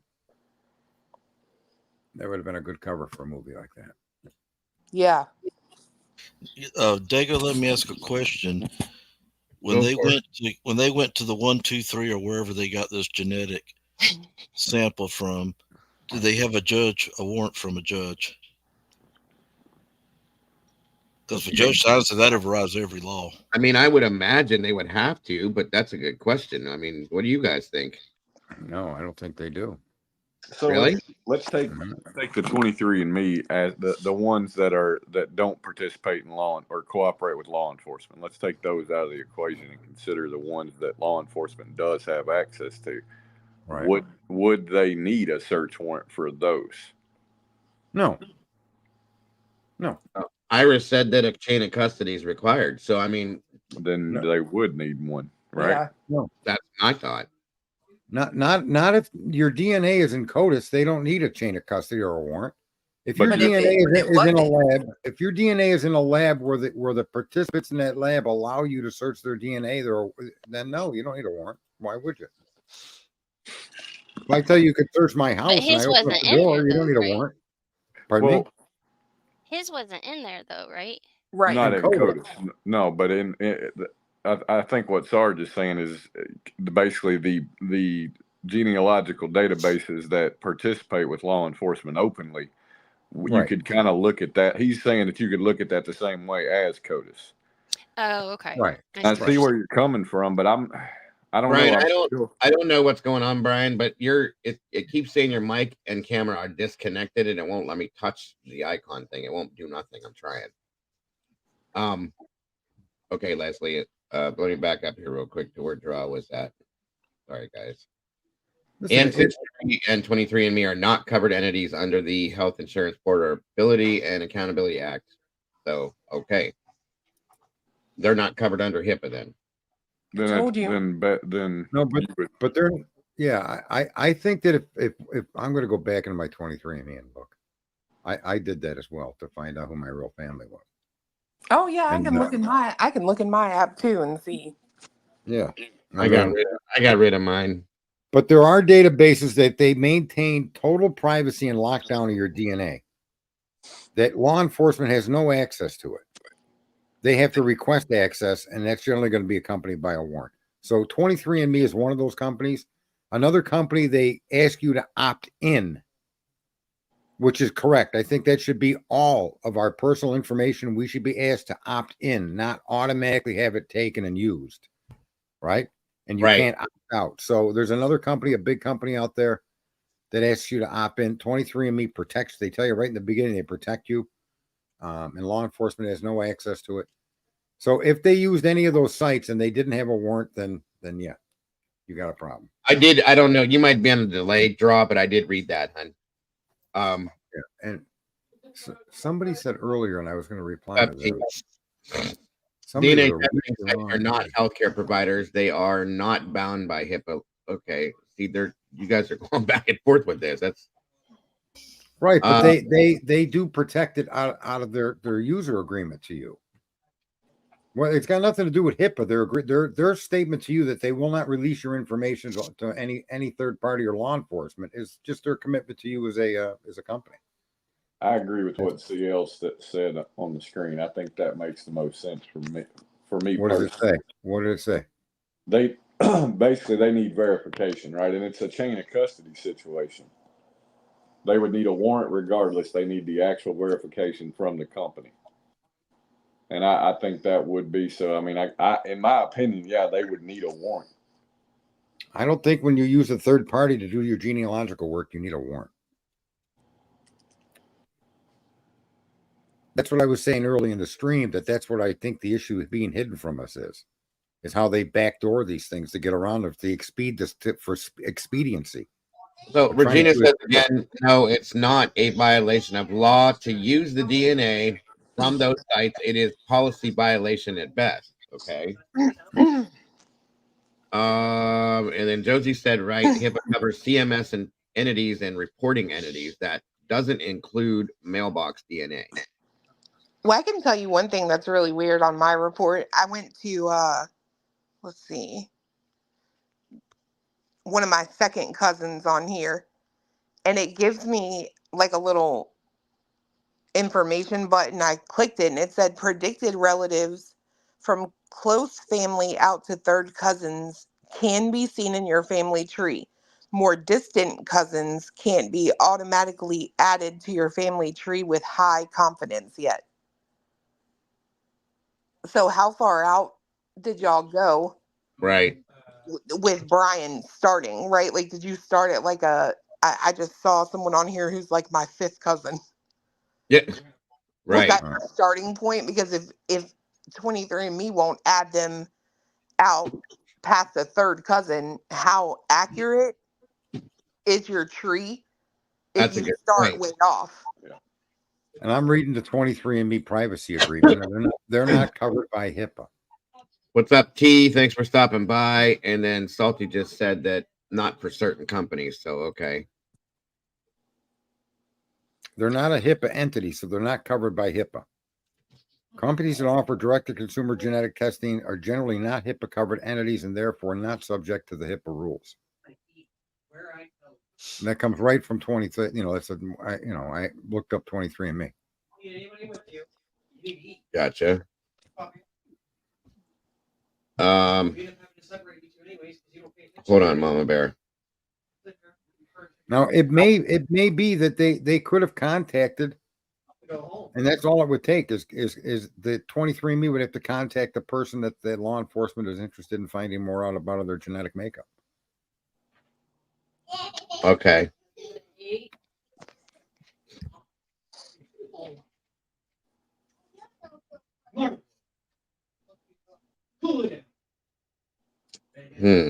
Hold on a minute.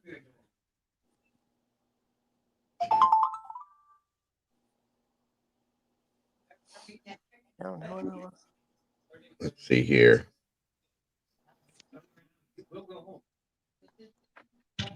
I've got the answer. I've got the answer for 23andMe. Okay. We can't say it enough. 23andMe will not provide information to law enforcement unless required by law to comply with a valid court order, subpoena, or search warrant. We require all law enforcement inquiries to follow a valid legal process, such as a court order or search warrant, and are prepared to exhaust available legal remedies to protect consumer privacy. If we are compelled to disclose your personal information to law enforcement, we will try our best to provide you with prior notice unless we are prohibited to do so under law. 23andMe will preserve and disclose any and all information if required to do so by law or in good faith belief that such preservation or disclosure is reasonably necessary. A, to comply with a legal regulatory process, such as a judicial proceeding, court order, or government inquiry, or obligations that 23 may owe pursuant to ethical and other professional rules, laws, and regulations. So, no, they don't just let you come through there and work through their database to come up with names and matches. You have to specifically ask, and you have to ask specifically for the people you're looking for based on what I'm reading here.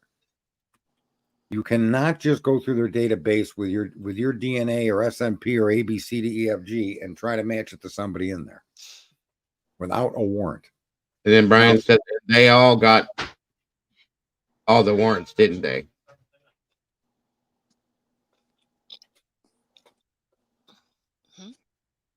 And then Draw says, but opting in or out is completely separate from the HIPAA law. It's like if you opt to keep your phone number private, Taft has nothing to do with HIPAA. Okay. But they're not HIPAA regulated, 23andMe. At all. There's the HIPAA my thought on this though would be, as in with anything, even with like doctor-client privilege and stuff like that scenarios, if there's a criminal investigation, a murder case and stuff like that, there would be like exceptions to be made, I would imagine, right? I don't know. I don't know that I don't know that you still wouldn't have to come forward. In other words, there may be an exception, but then you would be I'm sure they would say you would still be covered by a warrant. That's what I mean. I mean, there's got to be.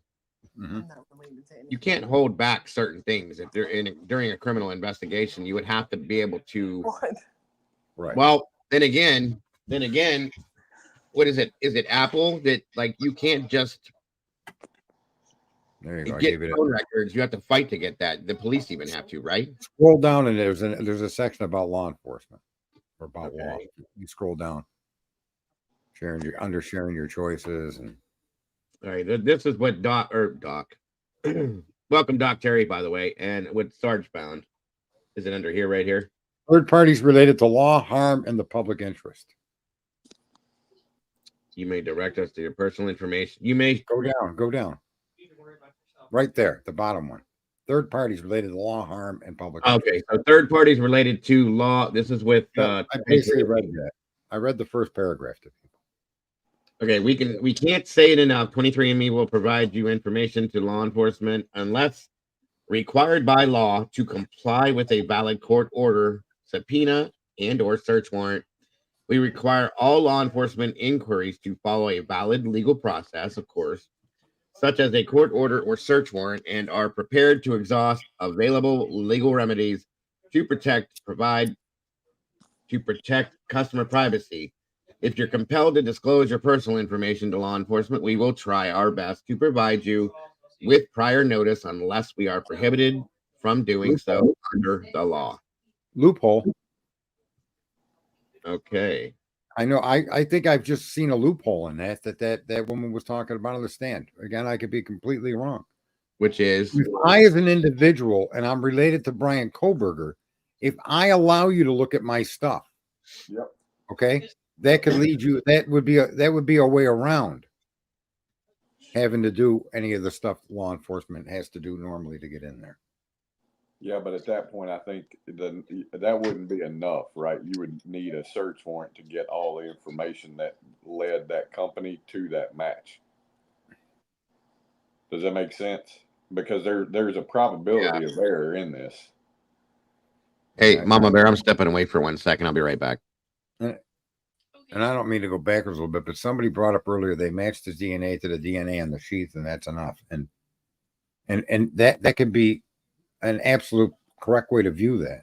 However, the DNA on the sheath was of such minimal quantity. It wasn't blood, semen, or any bodily fluid or hair or skin.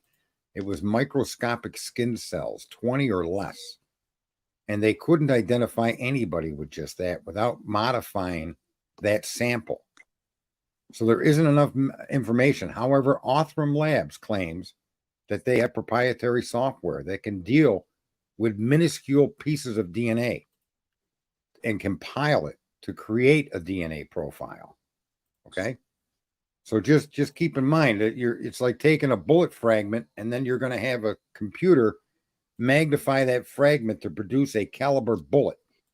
And then you have to accept that computer can't be wrong and its deductions and choices to make that bullet.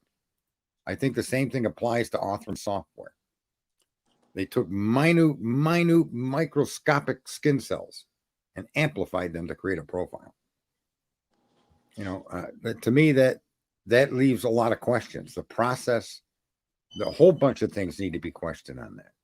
And it may be 100% foolproof, but we don't know that it is because it's a newer thing they're doing. Previously, you couldn't review pieces that small. And if you look at 23andMe and those other places, that's why they have you spit into a tube to a certain level so that they have enough DNA that they don't have to modify, amplify, or do anything crazy with it. All right, that's it.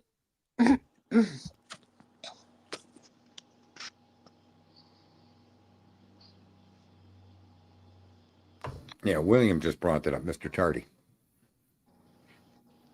That's a funny last name, Tardy.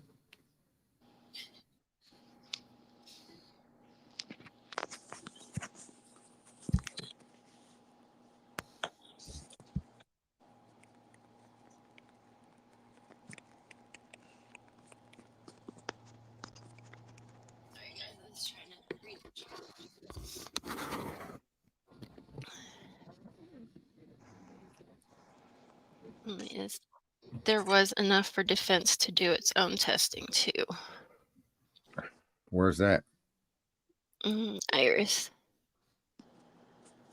No, I don't believe that to be true. I shouldn't use the word believe. I don't think that's accurate. I've never seen it. Oh, only is there enough? Okay. Yeah, I don't think there is enough.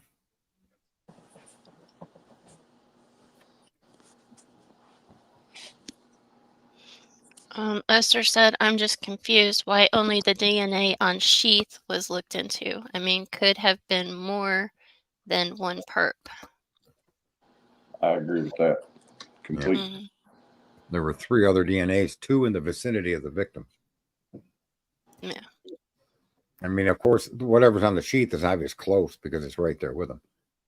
And the description of where it was found and the condition of what we were told that the poor victims were in, it just makes it difficult to see that it didn't get contaminated through the wounds that were heaped upon these victims. Mm-hmm. Hi, Leslie, honey. I'm good. I have a cold, but I'm good.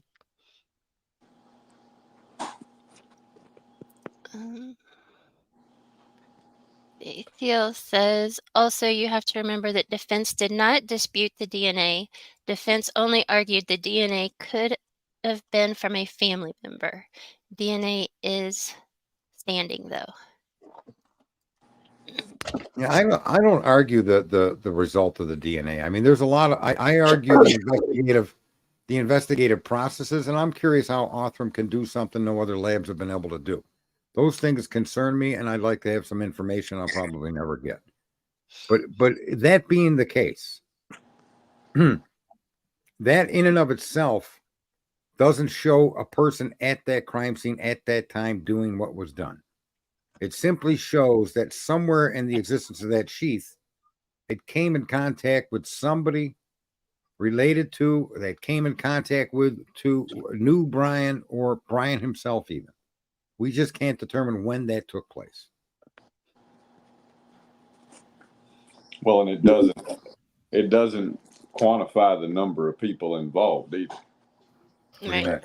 That's where I keep going at it in my head is I don't understand. Let's say that they're absolutely correct, and it was Brian, and that was his DNA left by him on that sheath because he was there and he dropped it and left it. That still does not mean that he was the only one there, and I don't understand. But that's Cletus, in all fairness, that's not the case is him. So whether there's more or not isn't even really relevant because they're only accusing him, right? And so that's the evidence they're going to use. And that's that. There could have been 20 people in that house, a party to that. We'll never know.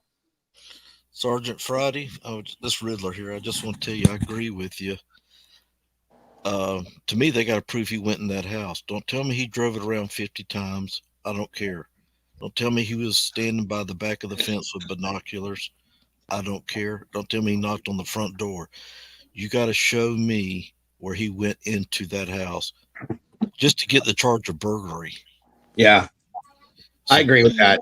Once they show me that, then I'm going to say, yeah, on all the other four. And that's where I've been with this too. They have not said, shown, posted, brought anything up that proves that Brian Kohberger was inside that home. Period. They haven't even said Brian Kohberger was the assailant. I mean, if you want to be honest, folks, you could be charged directly with bank robbery if you drive me to that bank and I get out of the car and rob it. You're an accessory to that robbery. You are, in a sense, a bank robber by bringing me to that bank, whether you knew it or not. So, at this point, they're saying they believe they got the one man that had done this, right? Right. But on the other hand, it like everybody's saying, there could have been more people involved. Mm-hmm. I just don't see the evidence stacking up without reasonable doubt. I say this guy couldn't have done it, that there's not enough evidence to show he did it. And the DNA evidence is of such a questionable issue that I would weigh that against their other investigative tactics as an example. So if we're going to say the DNA is 100% Brian's and that shows he did the crime, I'm going to say, okay, show me other mitigating circumstances that solidify that. Not theorize it, but solidify it. So I don't want to see blurry pictures of some car. And I don't want to see cell pings that could be up to 1.5 miles off. Right. I want something that solidifies his presence in that home on that night. Then I can accept that DNA being in that crime scene as being placed there by the man that committed the crime. And there's no evidence that we've seen that makes that position. So therefore, without that evidence, he has to be innocent. And then combine it to their other processes. Did the crime scene get protected with PPE? No. Were there all kinds of people going in and out of that house prior to the police showing up? From our understanding, yes. Did they handle the crime scene and the evidence collection? I don't believe so. Did they tear the house down? Yeah. Everything they've done with evidence and actual police work is suspect. Therefore, the DNA by itself, I could never convict the guy on that, knowing that it's transfer DNA. If all the other investigative work is sloppy as it appears, then no, this guy couldn't have done it. You know, and God forgive us if he did. Right? Mm-hmm. Yeah, I agree. This I've been reading this Othram stuff, okay, based on their website. This is primarily used in cold cases, okay, like cold cases. So I have to beg the question: why are they using a lab that typically only deals in cold cases instead of a standardized place that maybe is a regular, you know, for current active criminal cases? I'm quite curious about that. Say that one more time, Dago. Okay, so why didn't you listen to me, bro? I'm just kidding. I'm listening. I got a damn headache. I can't follow along as quickly. I'm trying to play around. So okay, up on the screen I have this is Othram's website. Okay. Yep. Get back up here. A revolution in cold case resolution. Othram. This is typically what they do is cold case. Okay. Stuff that's been cold for a while, not a week, a month. I mean, this is what this lab is used for. So why would you go in an active criminal investigation to a lab that deals in nothing but typically cold cases? I don't understand that. I do. They have proprietary software that works on samples of DNA much less than other labs. You see?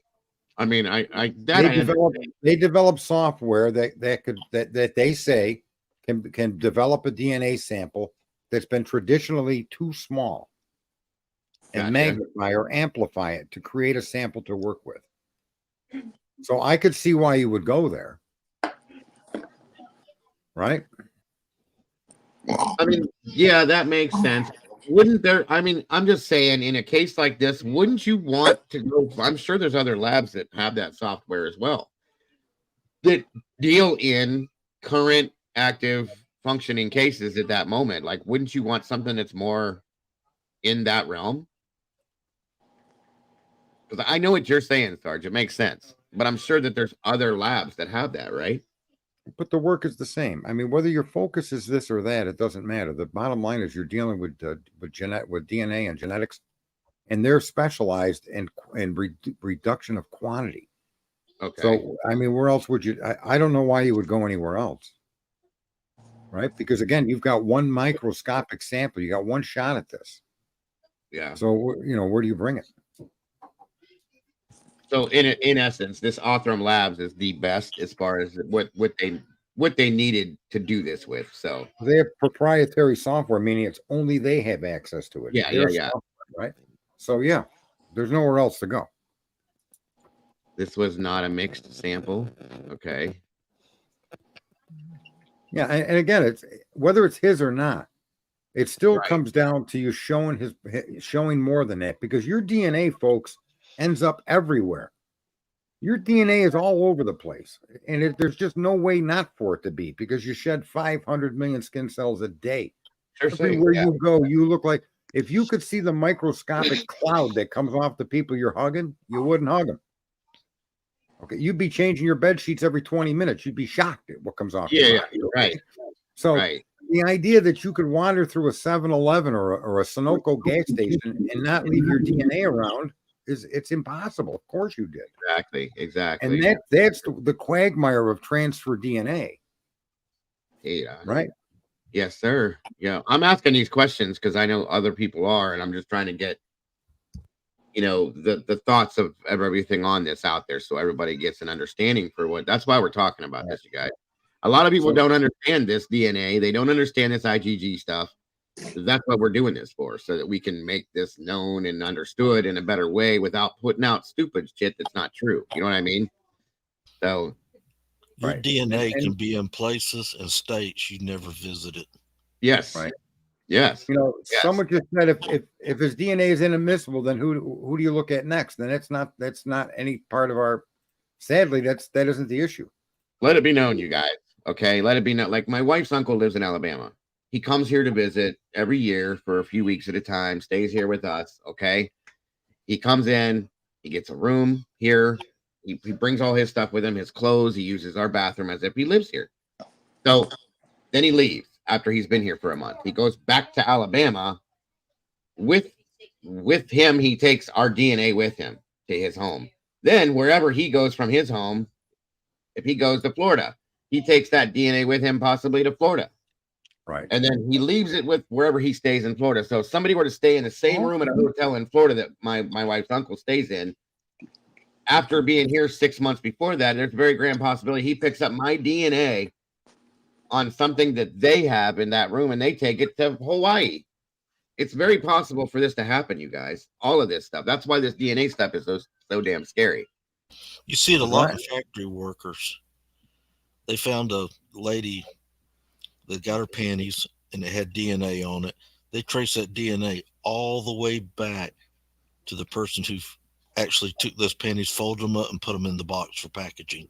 Yes. Right. That's the point I'm trying to make, that we could do this for years, folks. Okay. And the question go ahead. The question that Americans should be asking is single source, single piece of transfer DNA, something that should be in our jurisprudence. Right. Okay? Because of the ability for it to transfer any unknown amount of distance through any third, fourth, fifth, 10th parties. You don't know how it moves, right? So should that be allowed, or should you insist that there be multiple trace sources of that same sample intermixed with the crime scene?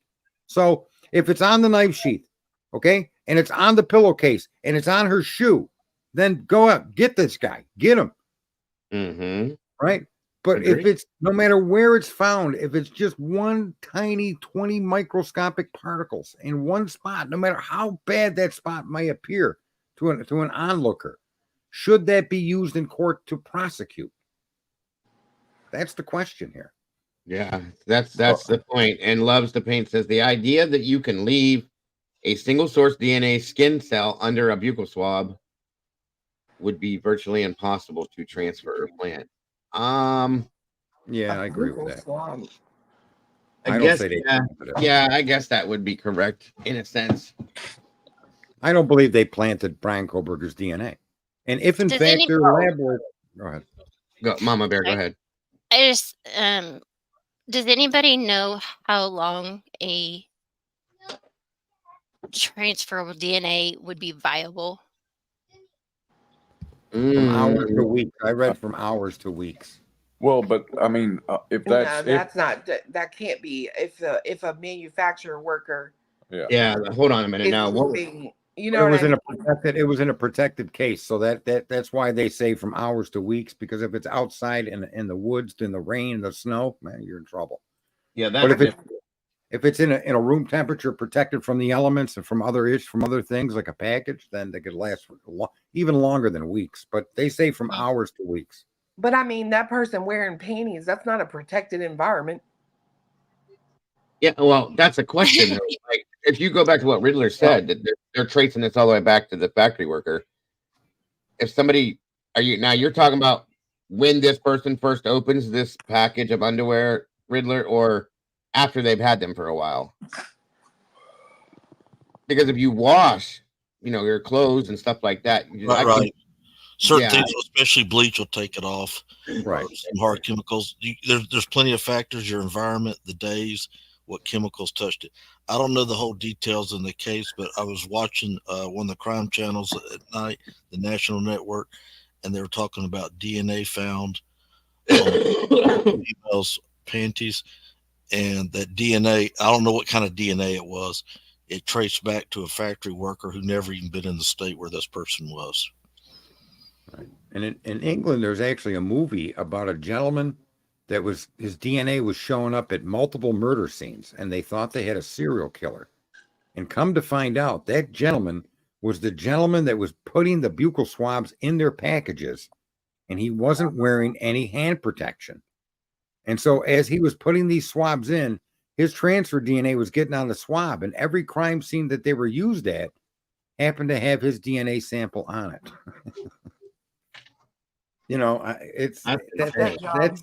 That's a true story. And I think there were 4 murders involved here, rapes and murders. And this guy's DNA showed up at all 4. Well, I think that's why it's, for me personally, that's the most compelling piece of this whole case, is that you guys say his DNA is on this leather sheath.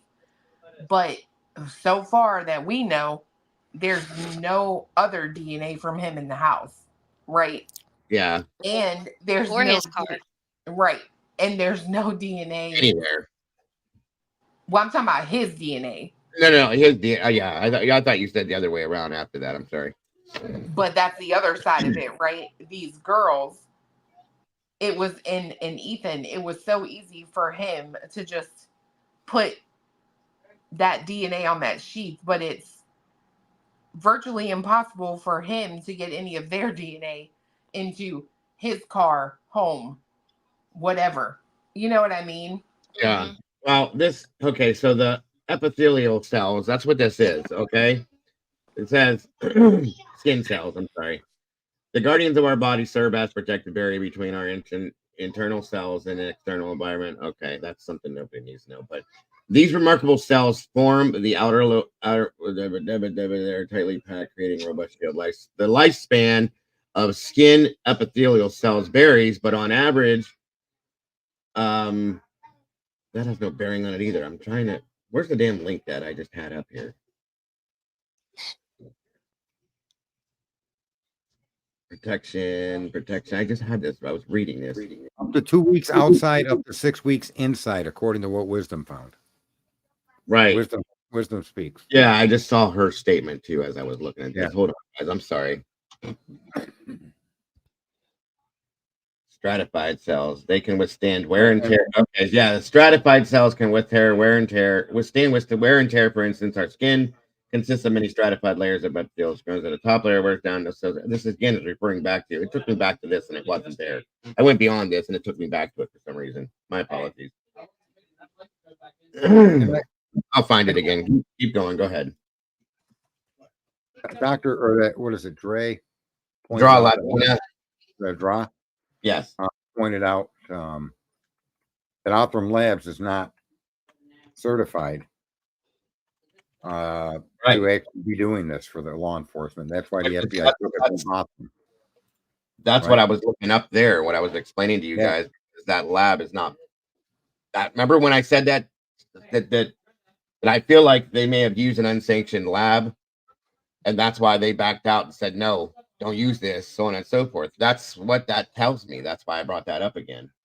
Well, something I was looking at a minute ago was talking about that comment there got me to wondering, can't do other states, because the whole thing was Idaho State Lab didn't have the ability to pull an S&P profile. Right. And I was like, well, do other states?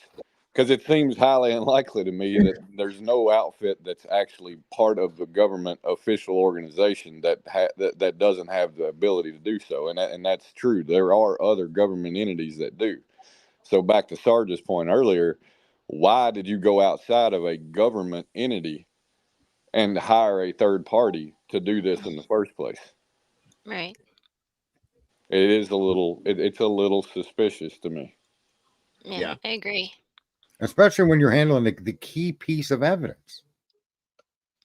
Because, and I'm going to be real brief on this, but if you look at this case and you look at theory and fact and you separate it, we can say, and we can all agree for the sake of conversation, the DNA is a fact. It identifies Brian Koberger. But the phone being turned off is a theory.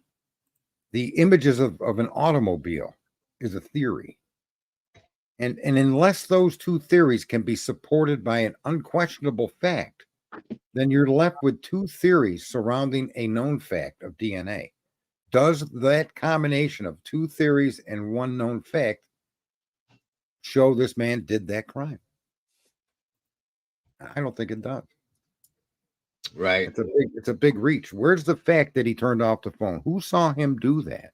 That's what I said. Same thing. It could have died. It could have been, it could have been a couple of different variations of things, but nobody knows that that's what happened. You can't claim that to be what it is unless you're sitting there watching Brian hit the power button to turn his phone off, which nobody was. So you can deduce it. Of course. Well, and I think I think per the PCA, that's what they did, right? Because I don't think they just specifically said he turned it off. If I remember, it says something that he either, he did something to where it disconnected from the network. I can't remember the exact verbiage. Right. They said that his phone stopped reporting to the network, and this is common in my experience of law enforcement, where criminals turn their phone off to hide their location before committing a crime. So that's a deduction from the situation, right? And it's a possibility. So, once they had his phone, then they could tell for sure, right? They could go back and see what kind of manual actions were taken on that phone. I don't know. Can you? Maybe. Yeah, you can. If he turned on airplane mode, wouldn't that? It'll show in the history of the phone itself, and so we'll turn it off. Yeah. And they know. But ultimately, the the thing is, and Sarge, you asked earlier, is this, or you don't think this is enough to prosecute? And I was going to say, if we take out the fact that that it seems pretty likely that they got the arrest warrant and it all started from the IGG, would we even be here having conversations if they had just gotten a search warrant for his DNA prior to the arrest or brought him in to interrogate him?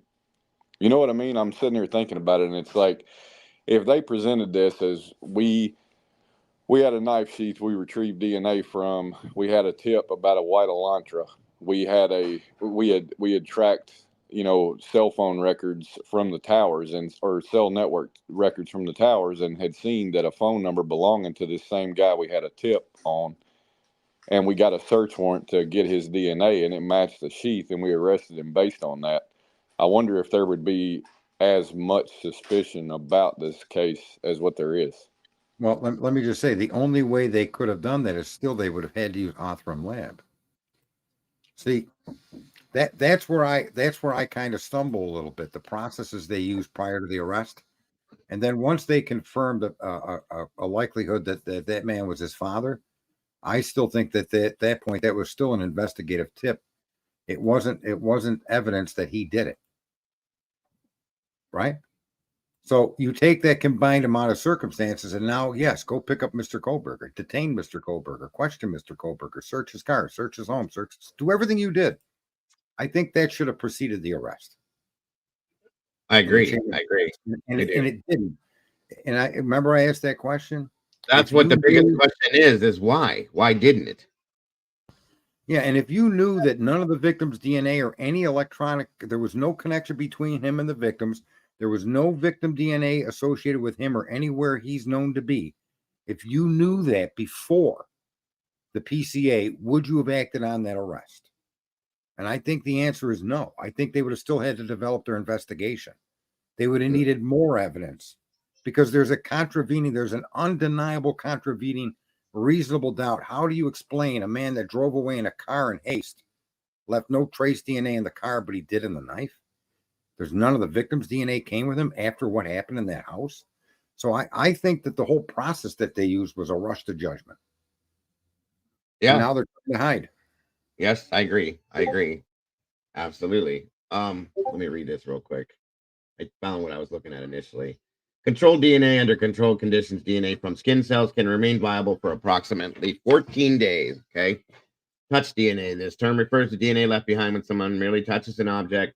Touch DNA can persist for about 7 days. However, it's essential to recognize that various factors, including environmental conditions, can influence this duration, as we talked about. We know that. Now, challenges and false positives. Okay. Now, see, this is something that interests me in a lot of ways. And with Wisdom, I got the email. Thank you, Dare. I'll be pulling that out. Transferability. Skin cells can transfer DNA to surfaces they come in contact with. For instance, a person who shakes hands and then uses a steak knife, Sarge, may inadvertently transfer the other person's DNA to that steak knife handle. Now, a false promise. This is interesting, folks. While touch DNA has been used in investigations for over a decade, advancements in DNA testing sensitivity have increased the likelihood of false positives. Setting different amounts of cells means that the strongest DNA profile of on an object may not correspond to the most recent touch. An analyst testing a handle might find a stronger DNA profile from someone else who used it days earlier. I that's kind of interesting to me. Okay, if you listen to that again. An analyst testing a handle might find a stronger DNA profile from someone who used it days earlier. So I don't know. For some reason, that just catches my attention. Like, it would mean to me that somebody that spent more time on that object, using that object, would have more of a DNA transfer on that than somebody that didn't, obviously, because it's, you know. Mm-hmm. So it begs to wonder, like, what is? I just lost what I was trying to say. Jesus, too much thought. For the minuscule amount of what Brian put on this Brian's DNA is on this sheet is a very minuscule amount. What how did that very minuscule amount get on there as compared to, you know, if this sheath actually belonged to him? That's what I'm trying to say. I got back to it. Sorry. If he owned this sheath, he purchased this, he bought this knife with the sheath, whatever, blah, blah, blah. Handling this as his own property would put a lot of DNA on that, I would imagine, to a point where it would be almost near impossible to remove all of that if that's what you were trying to do. Does this make sense, what I'm trying to say to you guys?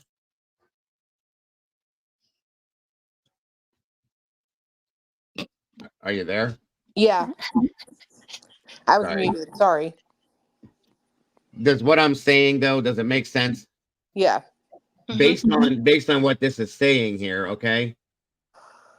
And then moving past that, modern forensic techniques can extract DNA profiles from even the faintest smudge of cells. Well, that's happened, obviously. We know that. Now, under that, the secondary DNA transfer is no longer purely theoretical. Skin cells can unwittingly travel, complicating the interpretation of evidence. In summary, skin cells, like elusive witnesses, leave their mark. However, their reliability and persistence pose intriguing challenges for forensic science. Sorry, I can't talk today. I don't know, guys. I have issue with this, a lot of this. I do too, because knowing that they can literally manufacture DNA, right? Like they can manufacture a profile. They don't even have to have a piece of your DNA to make a DNA profile. Right. That's scary. 100%. Thank you for these actual things here. Super lawyers. Yeah, they did a experiment and they let people handle knives and things like that. And I forget what the number specifically was, but the amount of touch DNA on them from people that never even touched the knife was just insane. Yeah. That's crazy. Right. So they did a control test. They had 5 people touch the knife, and they checked the knife. There's 12 people's DNA on there, and they're like, "What the hell's going on?" Right. Right. And all they did, I think, if I'm not mistaken, they like shook hands with the people, and then half of them went in, handled all the knives or whatever, and the people that had never even touched them, their DNA was on the knife. So the same DNA they shed from the handshake means that other DNA they had from unknown contact also ended up on the knife. That's a strong argument right there. That's really 100%. Like, especially considering there's nothing else to tie him, right? That's, for me, that's the problem. Like, it was so I think easy. it's a red herring. What, the sheath? Yeah, I take a DNA sample on the sheath of red herring. It's got nothing to do with the crime. Really? Yeah. Well, damn. They're not filing motions to object or to have hearings on other evidentiary submissions. Right. Right. And that's common. If all of a sudden they got information, let's say the DNA testing of the victims turned up samples of Brian Kohlberger's blood mixed in with theirs. Yeah. Right. Where's the argument about that? Where's the submission, the motion to compel discovery, or the motion to suppress, or where is that? They're still stuck on stupid, which we're all called for paying attention to the PCA. But that's exactly what she's going in the motions for. She's not, there's nothing that if she got other stuff that's questionable, where are the questions? Because she's still fighting a rights violation to his arrest. In my opinion, I think that's why she's not fighting other evidence, is because she's still trying to get this thrown out based on the way that they got to him. Right. I agree with that. However, they have to turn over their whole case. All their investigative information has to be released to the defense. Where's the other investigative information to complain about? That was all derived from the same false arrest. If that, you know what I mean? So, right. Yeah. That's it. Sherry, if he bought that knife and sheath, okay, he could have very easily, wiped it down if he sold it, just like as if in somebody that sells a gun would do, because you don't want your DNA on it for this specific reason. There's ways to clean it all off of, any item in a sense. But to read this other thing here real quick too, there's an assumption much of the time that whether it's on the part of a judge or jury that if there's DNA, that DNA must be correct, which is not true. Okay. Right. In other words, just because the DNA sample matches that of a particular suspect, it doesn't mean the reason it is because of the individual's guilt. There are actually numerous aspects to the collection, processing, and analysis of a person's DNA evidence that can raise questions about the certainty of such a conclusion. This is not like, that's what I'm trying to explain, guys. This isn't the be all end all to this. Okay. They've had other cases thrown out for issues with DNA when there's a match, even it says, but the manner in which the evidence was collected or stored was faulty, or there's an issue with the chain of custody. Any number of things could be called question in the validity of the results. So that's something to remember with this too, folks. A lot of this, that's why this is such a touchy subject, I think, and why I want to talk about it, because we never really did talk about it as much while we're doing this now. Your DNA can be at the scene without you. We know that already. If you're facing criminal investigation, get an attorney, of course. That's blah, blah, blah. Our DNA profiles are everywhere. It travels with us, can be carried to others. Yeah. Okay. Oh, yeah. That other case right there with Lucas Anderson. I remember that. He was on death row in Santa Clara County. He didn't commit for a murder. He had crime scene DNA under the fingernails of the victims. Fortunately for Anderson, records from a nearby hospital gave him a documented alibi. He had been admitted when the crime occurred. The mystery of his interrent, I can't say that word, sorry. DNA could best be understood by speculating that the same paramedics who had treated Anderson earlier that day had also responded to the 911 call at the murder scene. Where DNA transfer is concerned, as the Anderson case, much remains to be understood about how transfer occurs. See, that's what I'm saying. And Sarge brought something about that up a long time ago. Okay. That's what I'm saying. And people don't want to hear this that are on the other side of the fence with this. That type of thing can happen, you guys. Very easily can happen in this situation. That's what has me questioning the things that I question specifically. I think the simplest way for you to understand transfer DNA and how pervasive it is when you make change or get change at a transaction at a store or a gas station or with a friend. Thank you. How many people's DNA do you think is on that dollar bill? Because it ain't just one. Oh no, they've done tests like that, right? Yeah. Well, think about this. Think about this. You go to an autograph session. let's say I go to an autograph session and some famous movie star is signing the book and we shake hands. Mm-hmm. Her DNA's on my hand. Now I got to use the bathroom. Mm-mm. Her DNA is now on my eighth wonder of the world, right? Mm-hmm. So there we go. Legend in his own mind. And then I brought it up in a stream. I think it was Dago's. I was talking to someone in the chat room. I said, for God's sakes, your DNA could be on my penis and you wouldn't know it. Right. That's factual information. As gross as it sounds, it's fact, folks. And then he, in turn, if something were to happen to that person that was signing the autographs, and he ends up being somebody that, because he was around that person, it is a lady, something happened to her or whatever, and they check him out and they find that out, he can be charged for that because of that simple situation. It's ridiculous, folks. It's very scary. So that's a good point, Riddler. Thank you for bringing that up like that. I think that's my whole issue with this case. I think this is a paramount case, in my opinion, to everyone who lives and breathes in America, because there's nothing that says that boy Brian didn't go eat at the Mad Greek and carry, like, one of the girls, Xana, Maddie, carry his DNA back home with them. Yeah. Correct. Yes, that's what I was saying. And the fact that the knife was face down on the bed, meaning button side down, right? Okay, means that it could have been on her sheets. Did they test those sheets for any other transfer DNA? Right. I mean, and that's what I was. What if that knife and sheath belonged to Maddie and it was there in the house and this person went in and said, "Oh wow, here we go." Boom, I think for me, it's more of a situation of you're a waitress. I'm assuming they were waitresses, right? Mm-hmm. And people pay in cash. We know Brian used cash. They found change in his car.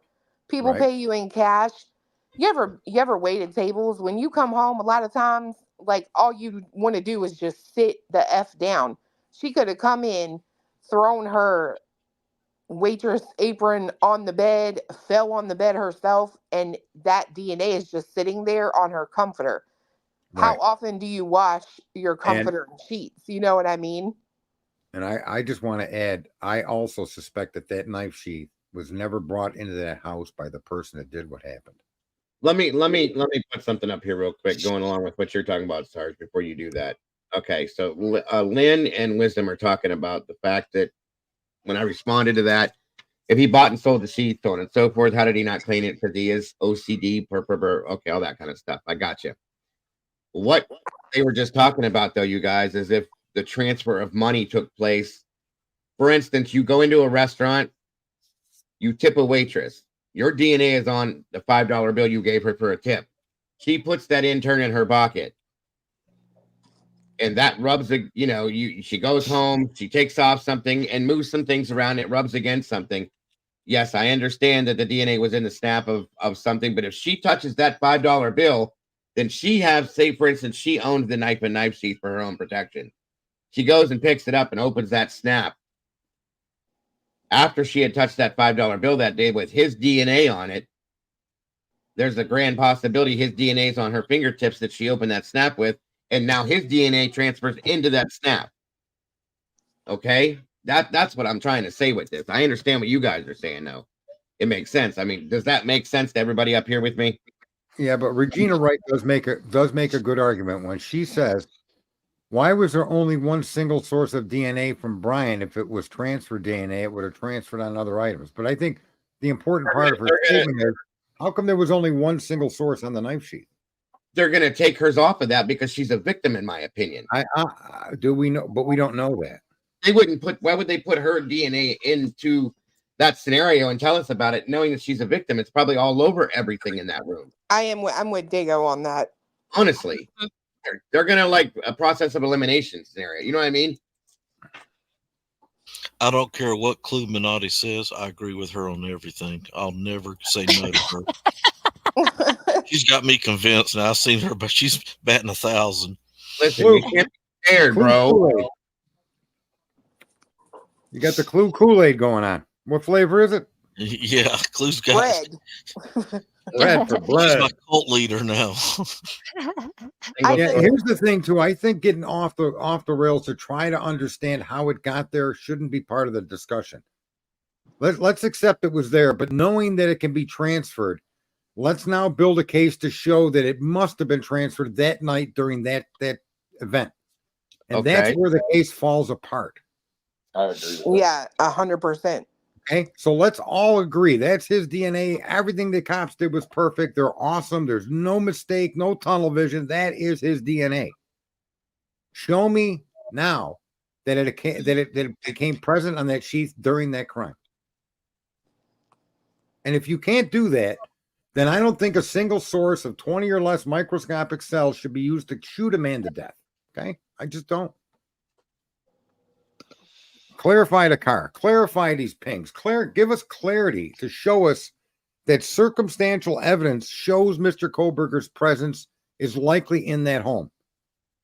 You don't even got to show me a picture of him going in the home, but the circumstantial evidence you're using to arrest and ruin him needs to be supported with unequivocal fact that it isn't circumstantial, that is his car.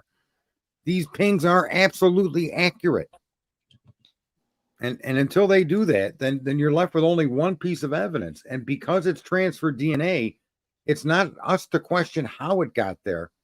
It's just for us to accept that it's transferred DNA, and there's an improbable amount of ways it could end up anywhere, and leave it at that. So would people in the chat room convict him simply on the DNA if none of the other evidence can put up scrutiny? I'm sorry. I just find it's just complete insanity to me that you could do this and only leave one piece of yourself in that house. And I don't understand how, guys, you can. I know that they're saying single source DNA. I get that. Okay. I get that. I absolutely understand what single source DNA is, but don't tell me there's no way in hell that you took a knife and sheath into a room that two people were murdered in and none of their DNA got on that sheath. So I don't know that I necessarily agree with what everyone is saying about the single. Like, it just means it wasn't a mixture, right? That was my understanding. That's what I'm saying. It doesn't necessarily mean it was the only one. I might be wrong, but I would think, from what I understand, the single source means there was no mixture. So, like, it wasn't his skin cell only from one blood. source. Right. Yeah. That's what that means. But so not necessarily the only one on that sheath. Exactly. Right. You know what's funny is, you remember the controversy I caused because of this, Dago? When we read documents that explicitly made the statement that there was DNA sample on the button, there was a DNA sample on the snap, and there was a DNA sample inside the sheath. Mm-hmm. Those are actual 100% words used in documents on this case. And what I said at the time was, it sure sounds to me like the other two DNA are affiliated with the knife as well. And I got called this person named Dot, who's a filthy liar. But I'm not saying that's true.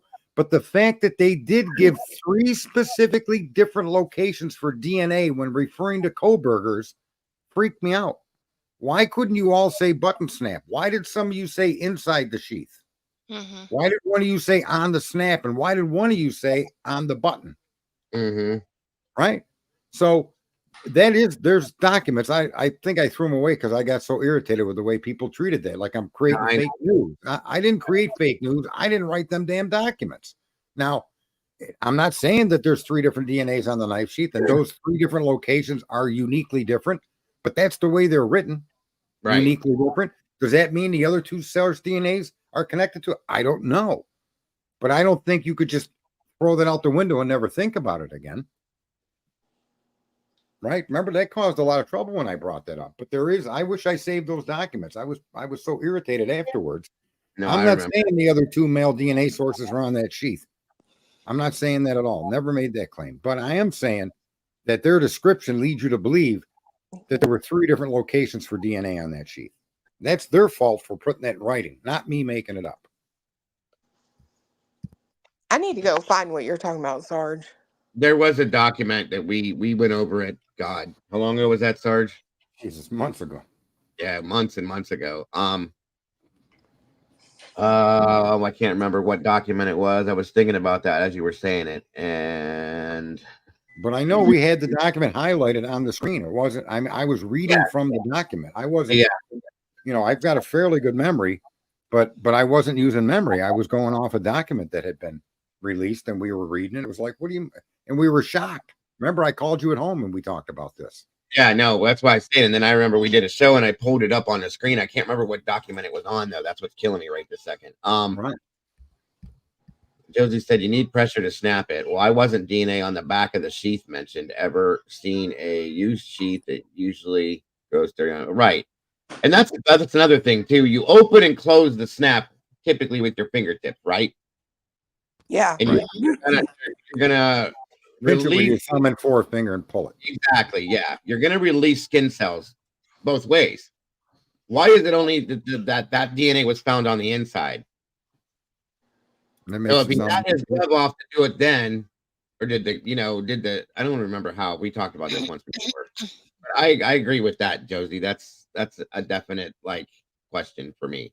Somebody said that they were going to show us a picture of a K-bar knife in that house before there was ever a crime in a sheath. Really? I'm waiting for that person to produce that photograph. Well, we know Are you talking Dylan about had that it. one with that guy? Looks like he's going to the Halloween party and it's in his. That was yeah. He was in the farm frat. I don't know what the picture is. All I'm saying is that was in one of your streams, Clue or Dago, in the chat room, and I've not seen the person. I don't remember. Yeah, it was. I can't remember the guy's name, but he's in the farm frat, and there's a picture of him wearing the overalls, and he's got it tucked down inside the front pocket. I know what you're talking about.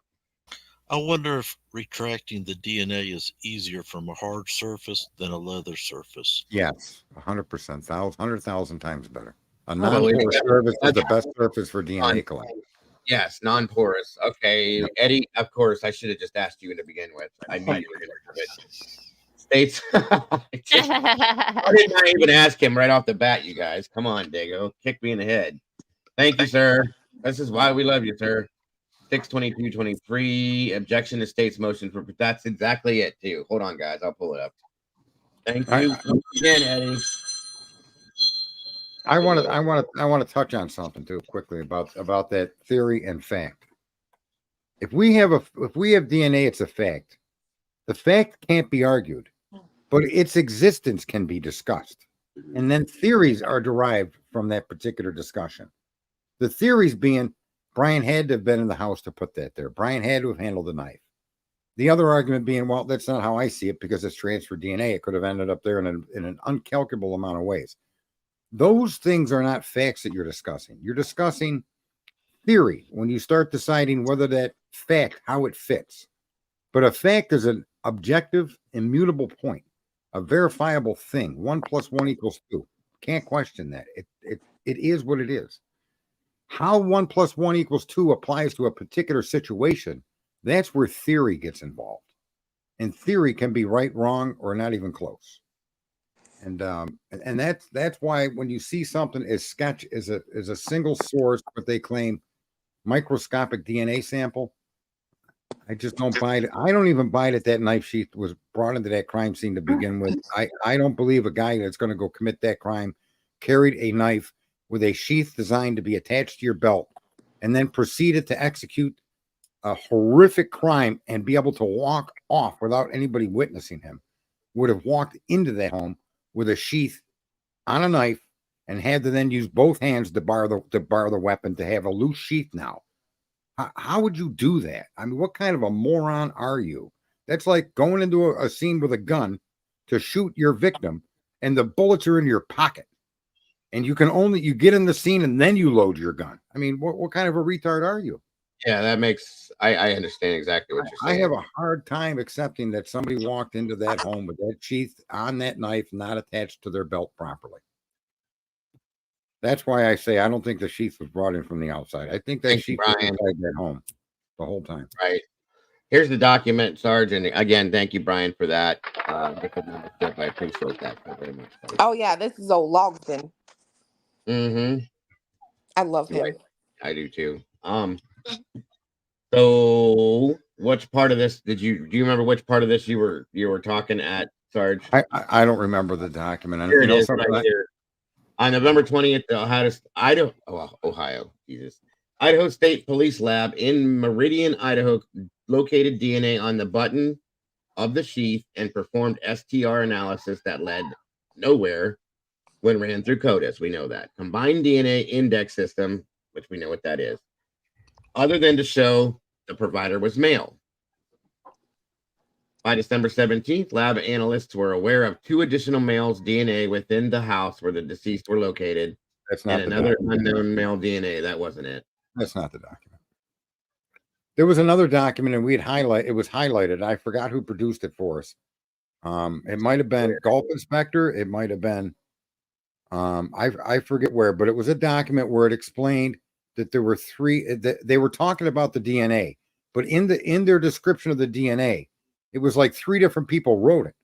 One person called it a button, one person called it a snap, one person said inside the knife sheath. Yes, which could all mean they could all mean the same thing, right? There's no question. There's room for that, but I can't remember. It was suspicious that the locations had distinctive differences. Snap, button, inside the knife sheath. Whatever document, because I remember questioning. Yeah, there was a big deal made about that because somebody stated it wasn't inside the sheath and blah blah blah. Because we talked about that and we were kind of curious about that. But the statement did say inside the sheath. They could have meant inside the snap. Right. When they said, I think that the language would have been direct. If it's inside the snap, it should say inside the snap, not inside the sheath. That was our point. And that's when everybody attacked the show for that because we were making up fake news. But that was the problem with the paperwork. The paperwork showed 3 distinct locations that were uniquely different, but all part of the knife sheath. Right. That's why I pointed it out, because it doesn't mean anything until until later on. We'll know whether that has any bearing on it at all, or if it's just another case of cops writing down shit up top of their head. You're okay, Eddie. Don't worry about it, bud. Yeah, that was a big deal. I remember that. We still don't know if it was a K-bar knife. We know the sheath. We don't know if it was and the wounds they can't tell you what kind of knife penetrated. No, you're right. It could have been a butcher knife. Could have been. Like I said, just because there's no way to prove it because that sheath is there that was the weapon used, and that's what they're it's almost an insinuation of fact based on nothing. Okay, so is actually insinuation of fact that he turned off his phone and an airplane mode. Or that the pings were because he was right in front of the house. I agree with all that. Okay. That's what makes me doubt this. Those are the things right there that make me doubt this, unfortunately. And remember when we were on this channel, and I think Clue was with us, asked a question, can you ping 2 towers at once? And we found out yes. Yes, we were there. There you go with that. And Regina, I agree that we need to trust the science. But I think in this circumstance, when there's no other hard evidence pointing to Mr. Koberger, that it's not the science we're questioning. It's the investigative techniques that were used and disclosed to the public that don't add up. That's really the questions all of us have had for the longest time, I think. I disagree with that. I'll be honest. I am not sold on the science because I feel like there's too much subjectivity to the science with this. I agree because it comes down to a statistical analysis. Well, and that's a part of DNA that it won't tell you. And it comes down to interpretation of somebody. Yeah. Yes. And that you gotta accept that's why there's probability of error in all of this, because it's not an exact. It's not black or white. There is gray in there. Right. I mean, listen. Go ahead. And unlike a cold case that Othram specializes in, you don't have a full DNA sample. You have a sample that needs to be modified. Is your process of modification accurate? And if so, or is there a modification or a percentage that applies to that too? 90% of the DNA said I'm the father, but I never slept with a woman. That actually happens, folks, with this science that they say you can't question science. And the funny thing is, let me just say, science exists for you to question everything without using belief. Science is based on reviewing information or something solid like an atom and coming to conclusions that can be verifiable, whether you believe in atoms or you believe in God or you believe in the devil. None of your belief systems can be applied to the work in science. And that's why anything that's based on a statistic, I have an issue with, because now you're getting people's belief systems and opinions in there. And to me, that's always dangerous. I agree. Right? I do agree. Mm-hmm. And it's not the science. Listen, it's not the science that's not trusted. Okay? It's the applicant or it's the people doing the science. It's well, that and the way that the science is being collected and the way that it was brought into the picture is where the issue lies. The science itself, I get that. You know what I'm saying? I absolutely do. Well, if anybody, does anybody in the room have an Alexa? Do you guys have an Alexa? I do. Yeah. I do. I want you to mute your microphone and ask Alexa how much warmer it was during the Roman era than it is today. I'm not talking to that devil ball. You talk to it every night. You even tell it at night. The devil box. You Go ahead said and what ask. was the temperature? The what- Roman era? How Is that what you said? how much warmer was it during the Roman era than it is today? Ask that question. She just told me she can't answer that question. Okay. Maybe she didn't hear me clearly. I don't know. She It is probably in the other room. It's in the other room, so maybe it wasn't clear. How much warmer? It did not know. Mine tells me 2 to 2.5 degrees. However, it more often than not tells me I don't know that. I don't know that question, or it doesn't give me the exact answer. If you phrase the question properly, it will tell you that during the age of Rome, the world temperature was 2 to 2.5 degrees warmer than today. And I'm pointing this out to make a point. Science is designed to be questioned. It's answering questions. And there isn't only one answer. And that's where people's belief then starts to override their ability to discuss fact. The fact of the matter is, we're still 2.5 degrees cooler today than we were historically. And the cooling was right. And so but if you talk to somebody that believes in science unconditionally, it's like trying to argue with a Muslim over in their biggest temple about Christianity. They're not going to listen to you because they believe. And that requires no proof. And so once you make the leap from discussing facts to believing in the information, you no longer have the capacity to have an open discussion about it. Right. And it causes arguments.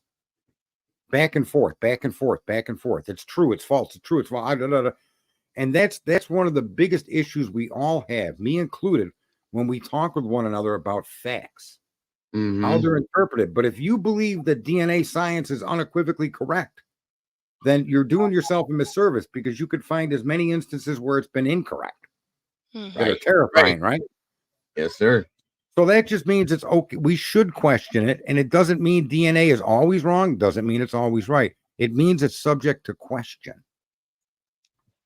And sometimes we get in, disagreements with others, and the question, the facts can't be discussed. And any new fact that shows a particular point of view from either side gets ignored because people are entrenched in their belief. That's why it's often better, like I say, not to argue about what you believe, but to argue about things that are good for all of us. And why I support electric vehicles and other stuff like that, because I don't really care what you believe. I think that that's a great idea. Right? It's good for all of us in the long run. Right. Right. Iris, to answer your question on the PCA, it said, or not the PCA, but the document, it says that they were aware of 2 additional males' DNA within the house where the deceased were located at. So that's where those were. Yeah, that's a good point, Sarge. I'll tell you how I know. I'm going to answer a question, Heather B. Heather B, what you may not know is that temperature is accurate, and the supporting information is from drilling core samples of ice and different issues around the globe. But more importantly, it's verifiable because the Earth went through a mini ice age that began in 1300 and ended in 1850. The mini ice age had a dramatic cooling effect across the globe. It affected the climate globally. That's why they call it an ice age, the mini ice age. So when you look at today's temperatures, you have to also realize the reason we're cooler today is because the mini ice age officially ended in 1850, a mere 170 years ago, right? So you have to realize that the climate that we've lived through has had dramatic changes and dramatic things that take place that we can record and discover. And in doing that, they've concluded that we are 2.5 degrees cooler today. But again, it's because of the mini ice age. They don't know what caused it, but they do know it lasted 500 years. And as a matter of fact, the Delaware River, the famous photo of Washington crossing that iceberg-riddled river, was the last time it had ever frozen over like that. They used to have big parties on that lake. I mean, go back 150 years, folks, and look what they were doing in New York on all these different rivers today that flow freely. They were having big parties on them, picnics, and people were coming out in the winter and having gatherings. So my point is, science is set up so that you should seek information to confirm your thought, and just not believe it. Just because they say you can't go faster in light, that's a thought. But there is proof that you can in quantum physics. So it's not arguing what's right or wrong. It's arguing what's possible. And when you talk about transfer DNA, it can be moved through an innumerable amount of ways. Tells you that it's possible, whether you believe it or not, that it could have ended up on that button in that snap. I mean, it's just hard not to say that is a possibility. Therefore, there is reasonable doubt, no matter how thin you may want to see it. Good point, sir. What happened? Where'd you go, Sarge? What? It says he's not connected. No, I think did I mute? Did I mute? Yeah, I muted myself. No, you dropped down for a second and we brought you back up. You must have bumped something.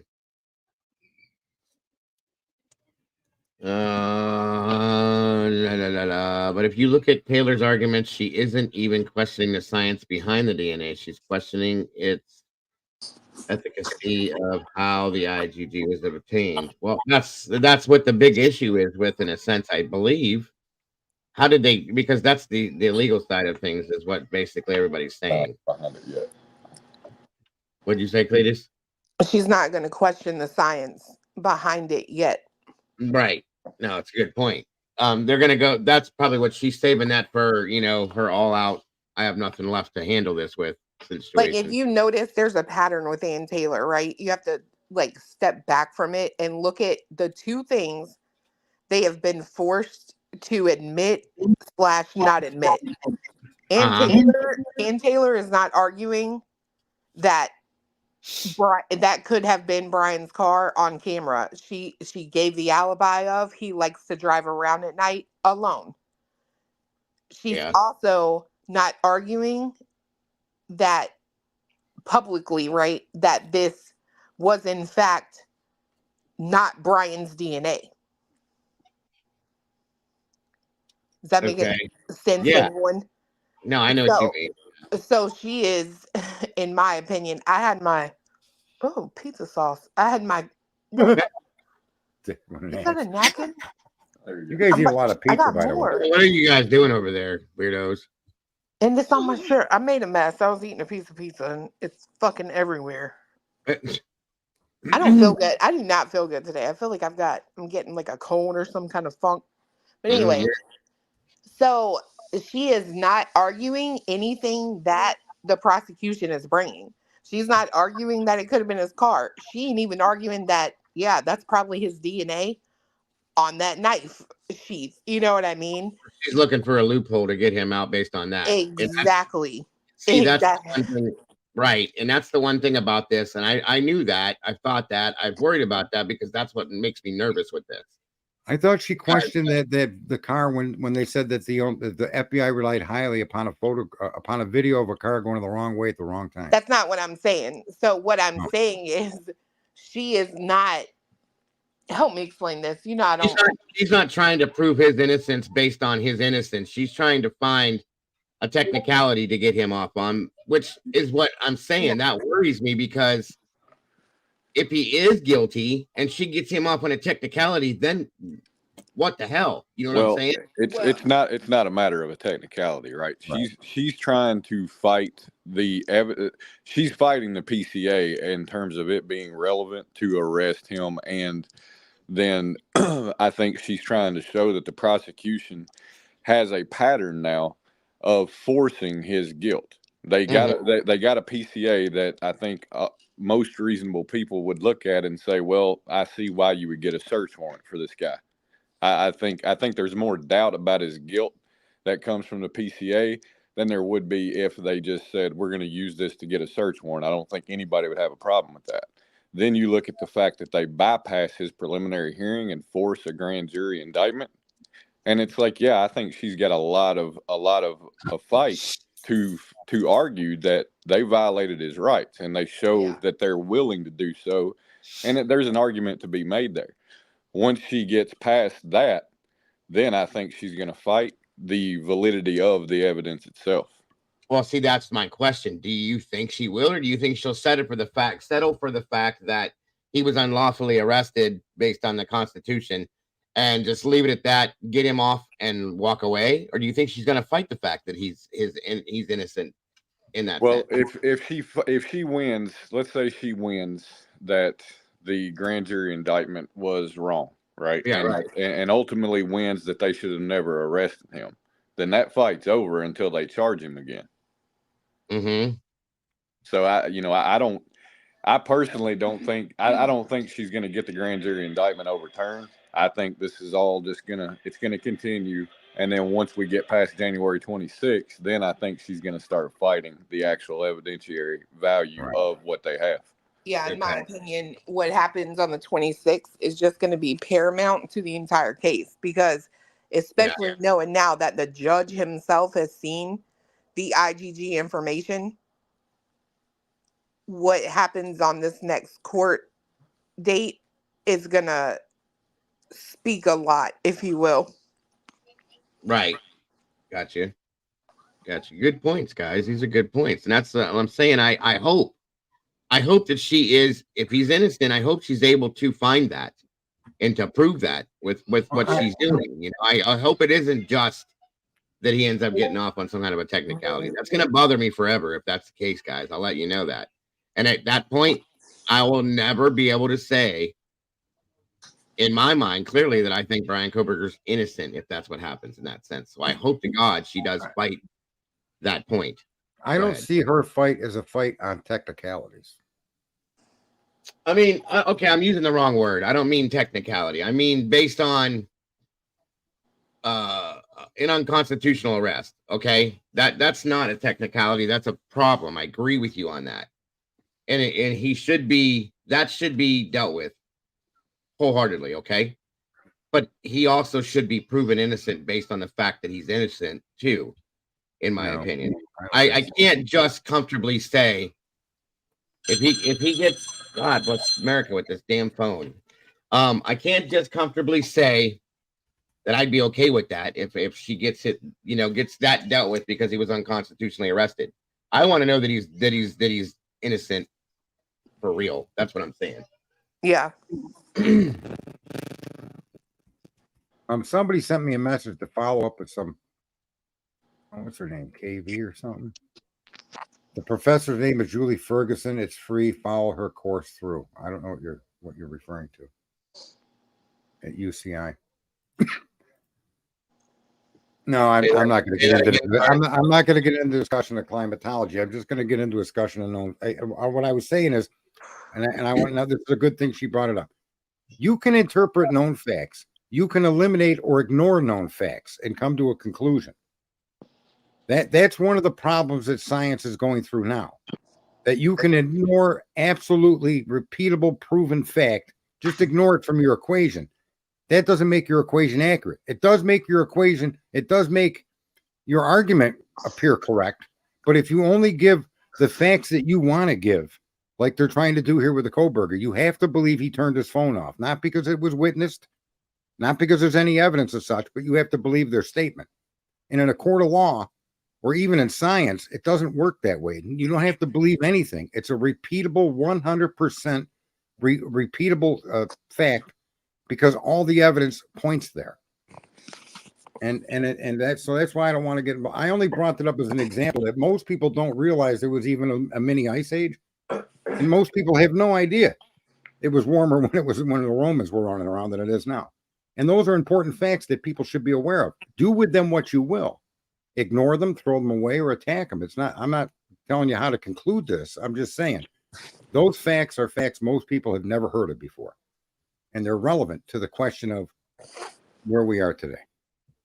And I applied it to all my thinking. I'd like to be informed. I'd like to see more solid evidence to show Koberger went into that home and did this, not just transfer DNA on a button.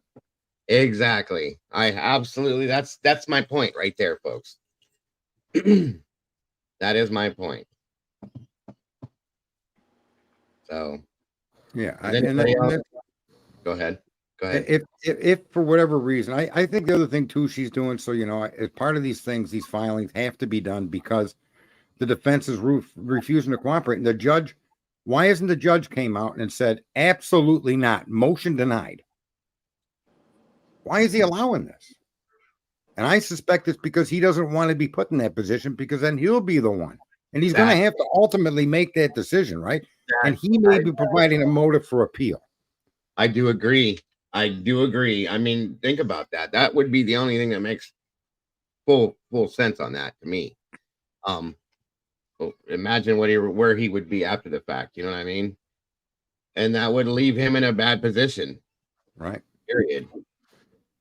He should have put an end to this a long time ago. This shouldn't be. Well, and in turn, a lot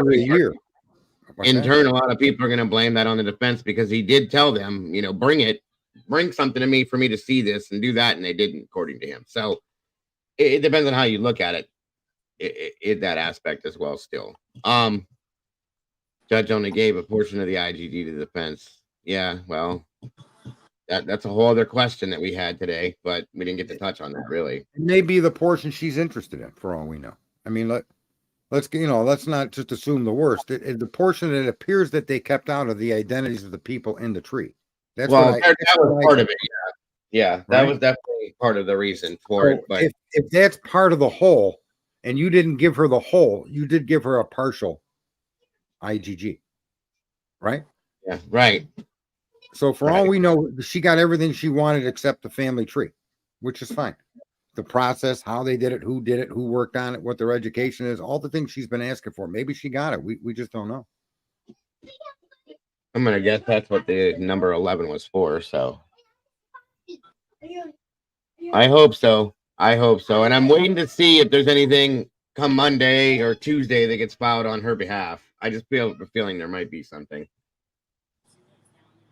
I could be wrong. I may be wrong. I just feel like there may be.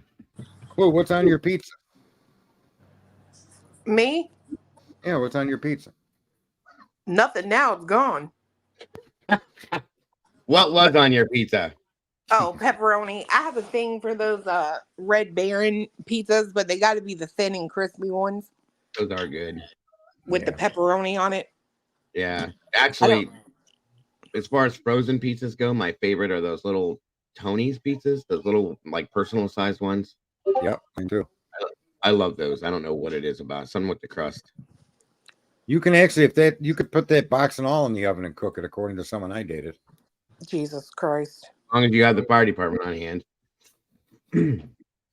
We already knew Judge was going to decide what was relevant to defense, and what defense has is all that will be admissible. Yeah, that's true, Pickle. I know. Good point, Gary. Heather B's off to change her socks. I don't know why that's important, but it's interesting. Heather B, she's been cracking me up for the past few days. It has been some fun, Heather. Great to have you in the community, dear. Appreciate you.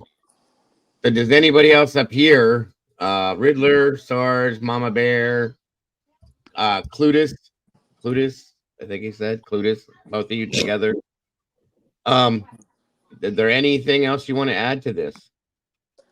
I can only speak for me, but Cletus is outside feeding the chickens. Oh, here he comes.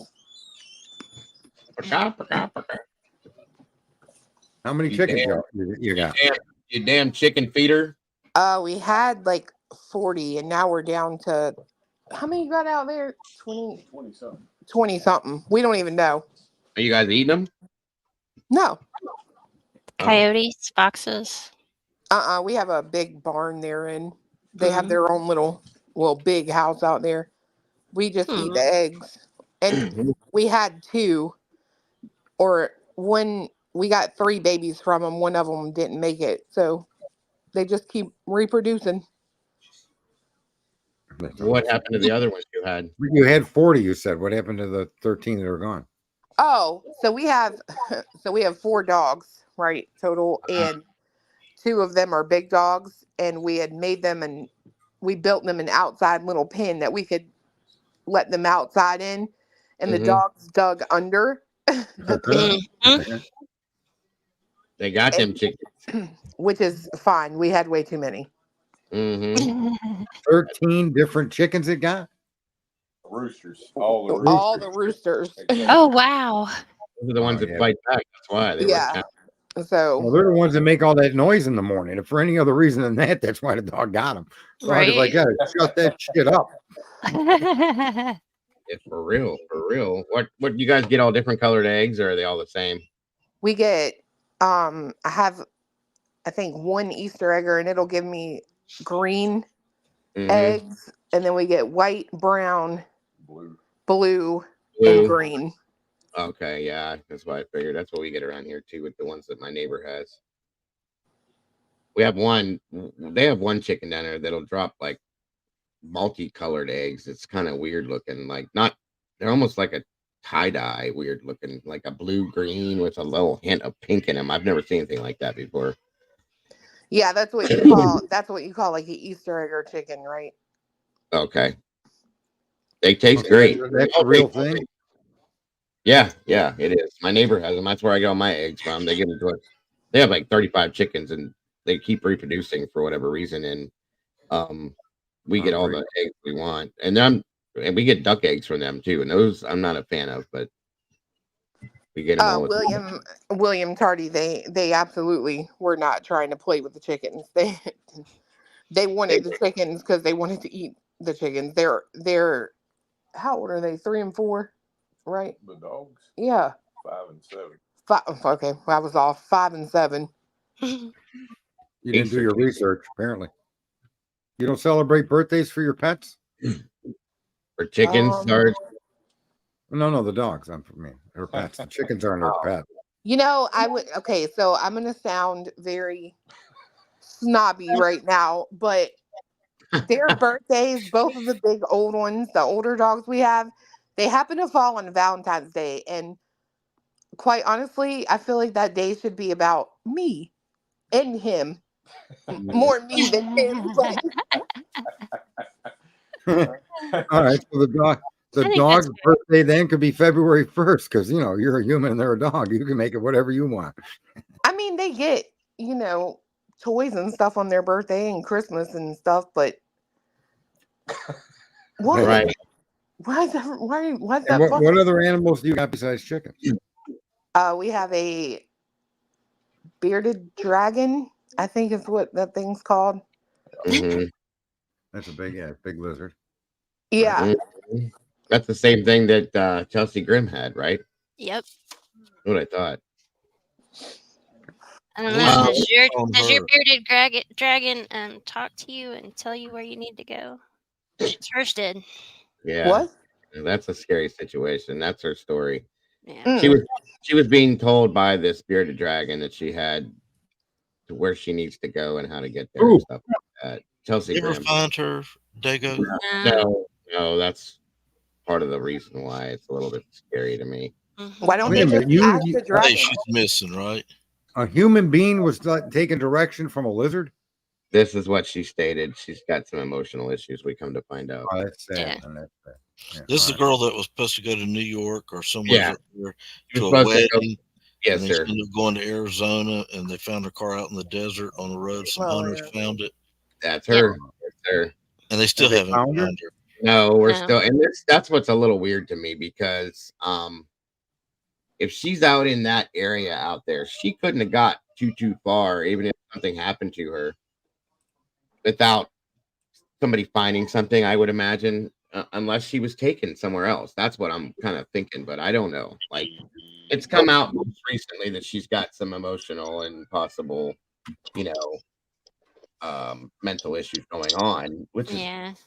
Which we understandable. kind of thought anyway when she was at the one place, something about euros. Yeah, she was trying to pay at a hotel with Yeah. euros and stuff, and we were like, something's off. Dumbass. Yeah. What up, So, Dago? What's up, buddy? Hey, What's up, Willie. everyone? Does anybody know the answer to this question Paladin asked about? Does anyone know if the FBI got a full data dump from all 3 of the cell towers in Moscow? Unless so, he's saying that the phones or the things are meaningless.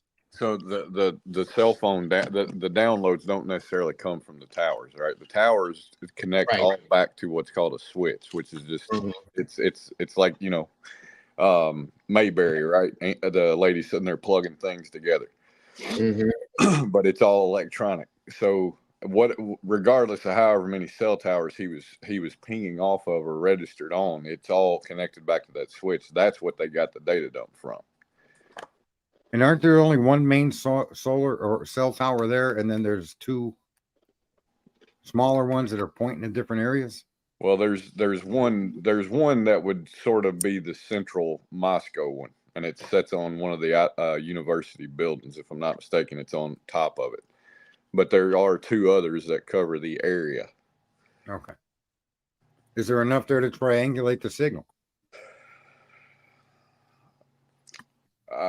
But you could get close. Do I think you 2 could absolutely triangulate his location to that house based on cell phone data? No, I don't. No, Not without him calling 911. If he were calling 911, they could get pretty close to him, but otherwise it's a subjective guess. And if his phone was off, then it would be completely meaningless, right? That's correct. Because I don't think they show cell phone data for the 2 hours that it's off. Right. They show video. Right. So they have no cell phone pings to place him at that house during the time of the crime. No. Right. So they've already conceded that, and they're arguing it's video that suggests he was at the house. Yep. So now we're down to DNA and just one blurry video of a car going the wrong way at the wrong time. Right. Were you going to ask a question, Willie? Willie! Wake up, Willie. Hello? Quit flexing in the mirror. No, I'm sending this email to Riddler. Oh, were you going to ask a question? No, I was muted. Oh, I thought you were. I thought I heard you start to ask something or say something. Oh, no, I'm finishing my soup. I wanted to ask Clue a question. What? Did you like my math on your video? What are you talking about? The video you made, and I posted a summary of math about how long 6 years and 3 years and.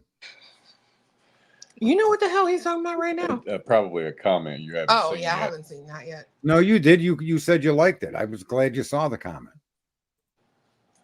I just saw it in my email. I said you liked it, so I was assumed that you knew what it would be. You Yes. don't know. Okay.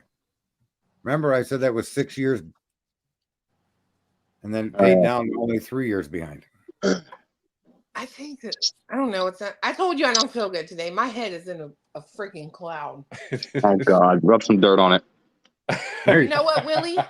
What? Dirt. I don't know how to feel. Exactly.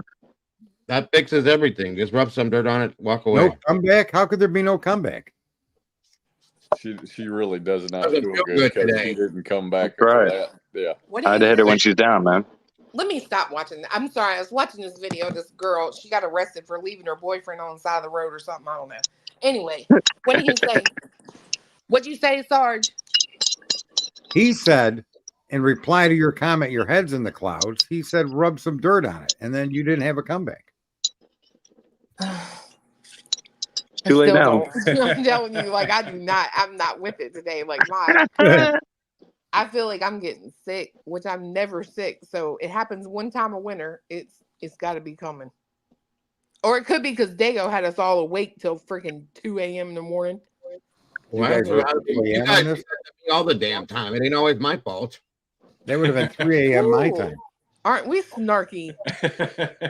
I'm tired too. I've been staying awake till 4 a.m. for a week. Why am I the only one that gets blamed for talking too much? Why is that blame only thrown at me? Because you talk too much. You guys were on till 3 in the morning. We weren't talking. We were listening. Yeah, sure you were. You're innocent until proven guilty. That's your argument, I guess. We were playing trivia, music. Yeah, trivia. we were playing. You know what, Dago? That was a good lie. Not even going there. Not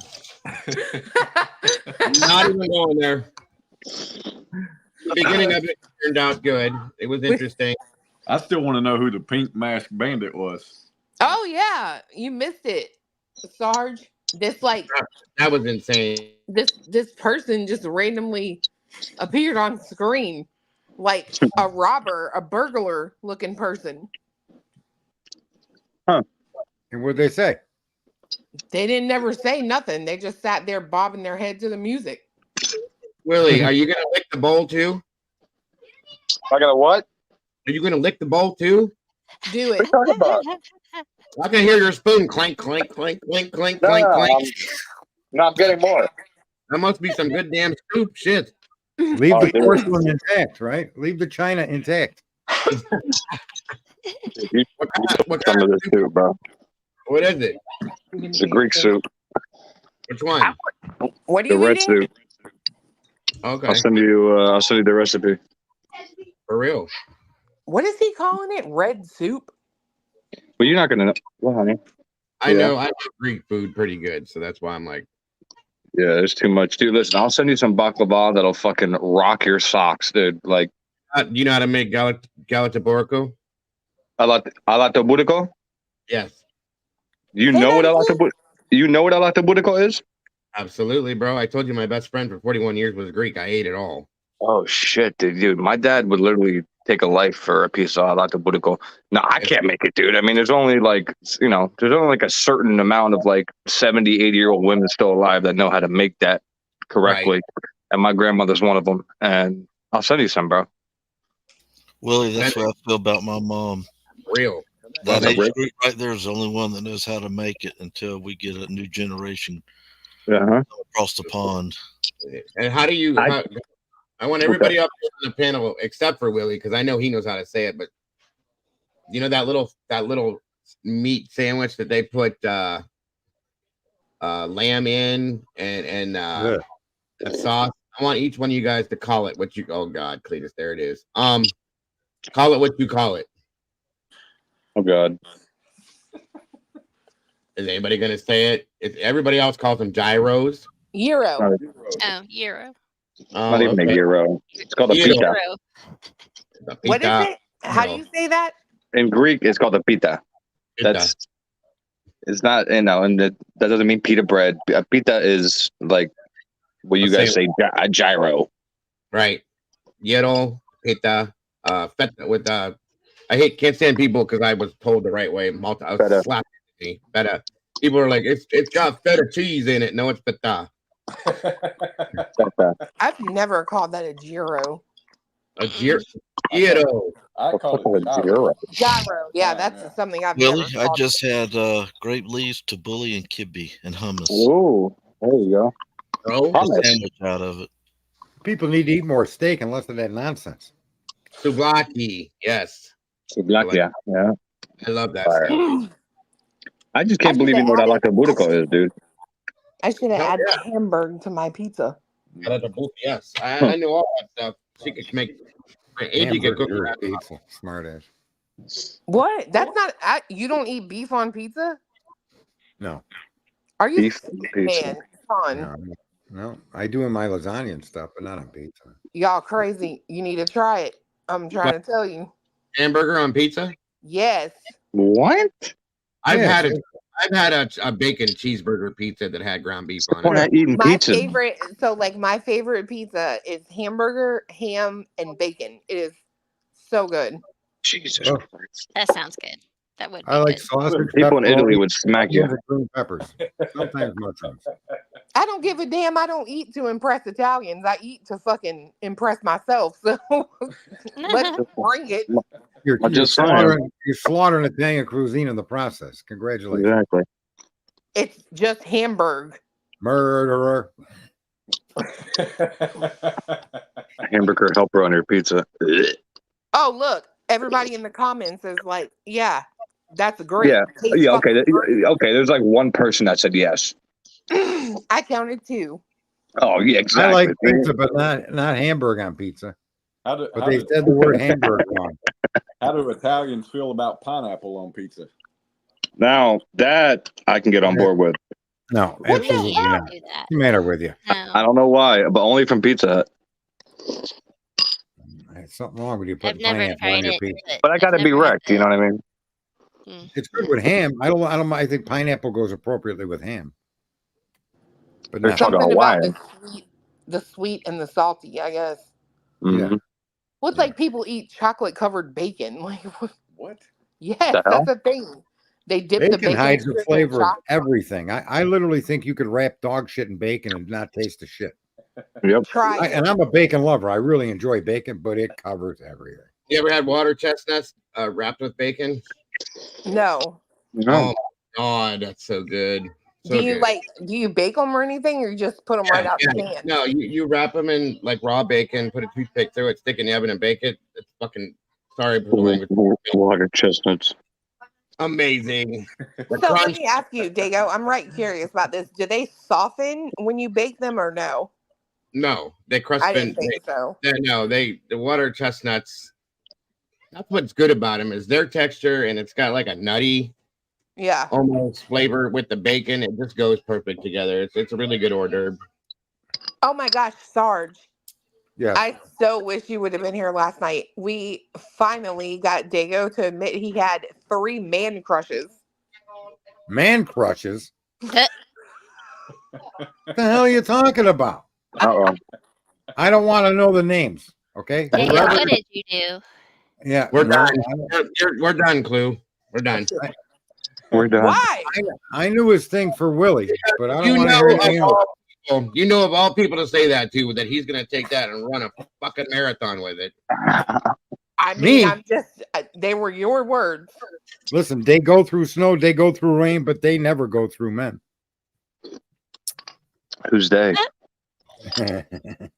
There you go. What is this man crush thing, Dago? Explain yourself, son. Because I think faster than I speak, as always. Just like when I told deflective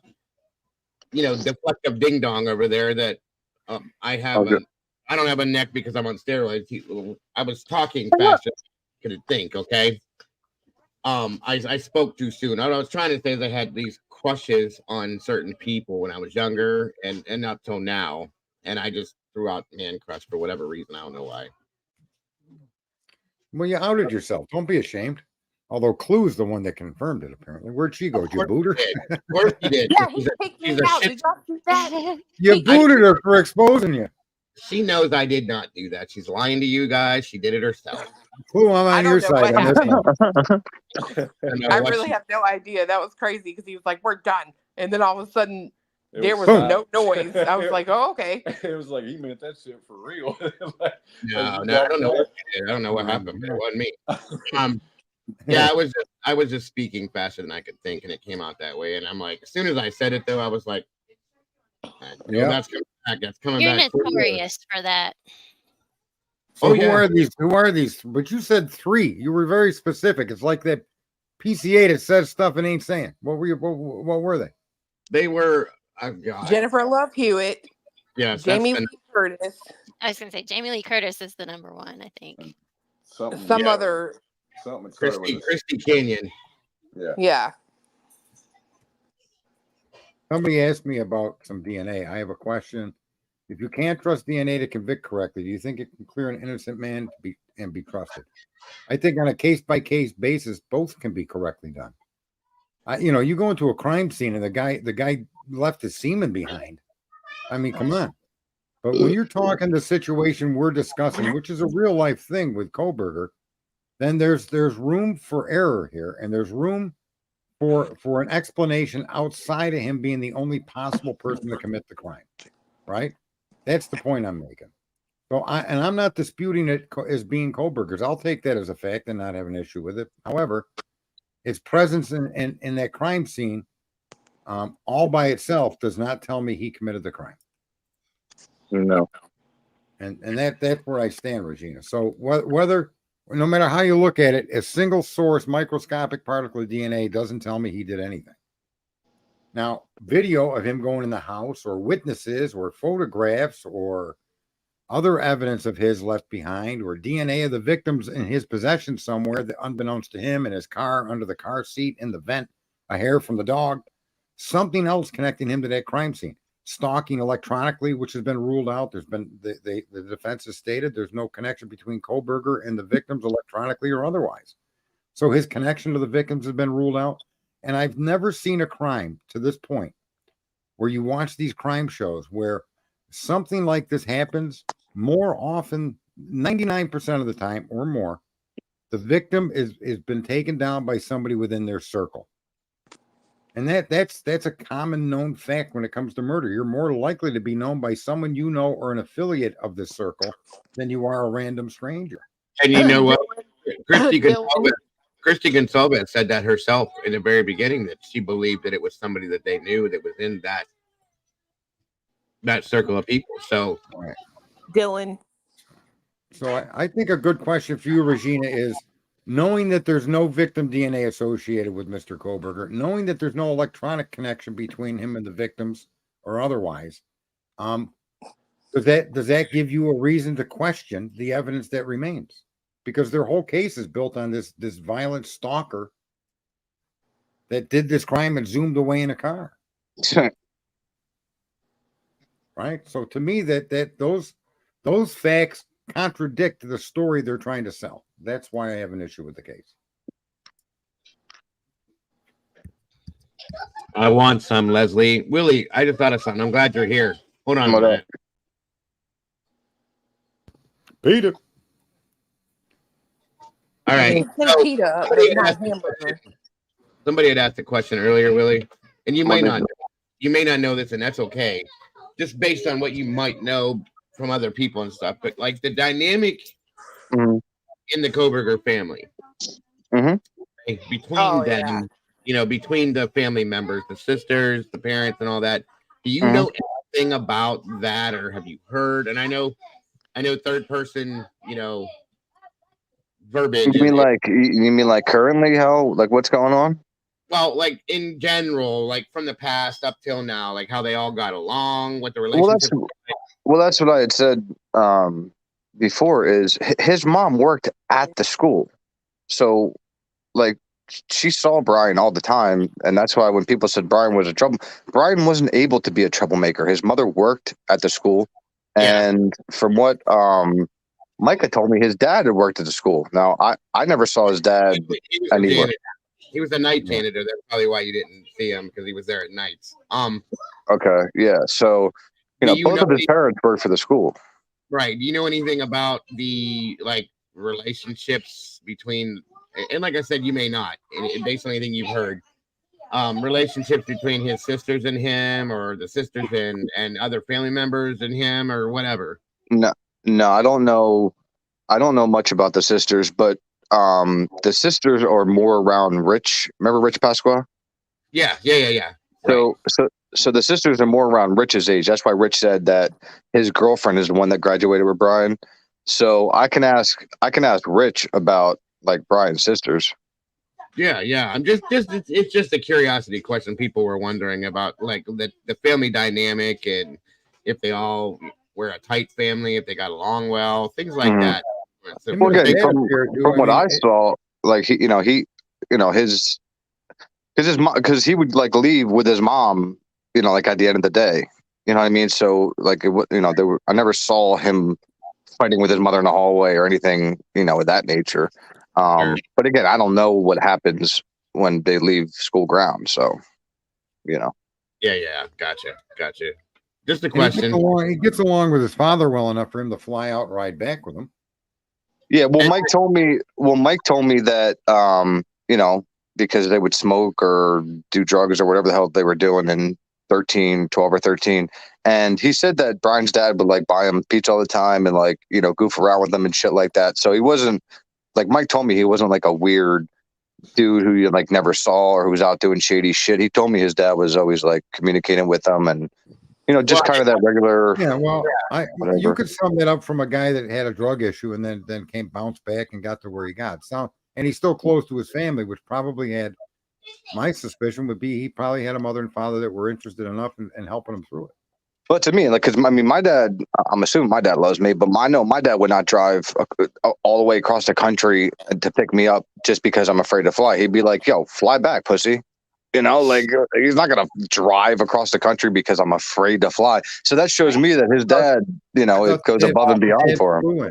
It wasn't even that. It wasn't even just that. His dad was in Pullman in that area multiple times from the time that Brian. Right. Hold on a minute. Sound like chaos.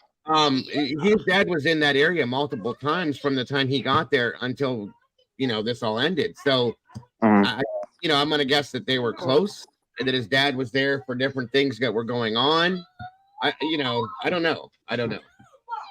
Someone said Hold on, Dago. So you're trying to say that his dad visited him while he was there multiple times, or what'd you say, Clue? You said you're trying to say that his dad visited him while he was in Pullman multiple times? Yes. And again, I can't vet that info for sure, folks. I've tried, but it's been put up multiple times that he had been there for a couple parents' weekends and he was there. Obviously, going back to the story about the whole pool party thing where, his dad was talking to the guy that he knew that was a neighbor, kind of trying to get him to make friends and stuff like that. So, but it was stated to me long time ago that he was there for like, I want to say three to four times in the period of time that Brian lived there. I don't know the fact yet, folks. I'm working on that still, but. Well, the fact that he came out there, he flew out there and then drove back with his son says the dynamic between father and son is pretty stable. I mean, to be honest with you, I wouldn't want to be stuck in a car with my father for 2,500 miles. Right. Yeah. Well, if you think about it, if his dad really was involved, like people were saying, and blah, blah, blah, don't you think his dad would have drove out there with whatever vehicle he had, picked up Brian, and then drove back without buying a plane ticket, being, because all that shit can be tracked. You know what I mean? Mm-hmm. No, but why would you do that? The way they did it is perfect because Brian's got to get back to school. He's going to drive back on his own. Yeah. Oh, no. I'm saying the way they did it's perfect for just a regular, thing. But I'm saying, if he murdered 4 people and his dad was helping him, I'm sure. Oh, no, I don't. The dates don't line up at all. The dates don't line up. Yeah. No, not at all. But people go there. People still think that his dad's involved somehow or whatever. It's weird. No, I definitely don't think the dad was involved. That's ridiculous to me. I just think that, like I said, don't take that piece of information as true, folks. I'm just telling you, it was told to me they were close and that he had gone to visit a few times. I don't know yet. I'm still working on it, like I said. And if I can find it, I'll give it to you guys for sure. I know people say it's ridiculous to think the dad was involved. I'm just going to say Savannah Soto, Matthew Guerra. I get it. I mean, that was her gun, wasn't it? The timeline here doesn't fit. The timeline doesn't fit. Now, hold on there. What? Sarge, it could because that weekend was in fact Parents Weekend at WSU. If he is known for coming up there on Parents Weekend, don't tell me the timeline don't fit. So why didn't he come the week that Brian did this? No. Let's go back. I hear what you're saying. That means he would have done it twice in a month. He was there, from what I understand, he was there, obviously, that whole pool party scenario. Then he was there at another. God, I'm trying to remember what the other situation was for, but and then he was there. He came in. I was told this might be wrong because I think this piece of information was given to me by somebody that I don't have a whole lot of faith in. I think what we know is what we should stick with, and that's that he flew in to drive back with his son. Yeah, and he was there. We know that to be true, right? A week, I think it was. And listen, Clue, I understand that the idea that there was a parents' weekend, but remember, Brian's 28 years old at this point too, so it may be that they said, "Well, I got to come back there anyway. It'd be stupid for you to come out on parents' weekend." I don't suspect his father was there for parents' weekend. I think this was their weekend. If what Dago is saying is true, I know we can't vet it, but if what Dago is saying is true, 4 months he was there. Yeah. 4 months. Yeah. And that guy is flown out there 3 to 4 times. It is absolutely 110%. Okay, but wouldn't there be some kind of digital evidence between him and Brian planning shit? No, I don't think the father could have any connection. That's the thing I couldn't find it. Look at the chat, the room. It says pool party was July 19th. Him and his father came back November 29th? Oh my God. Never mind.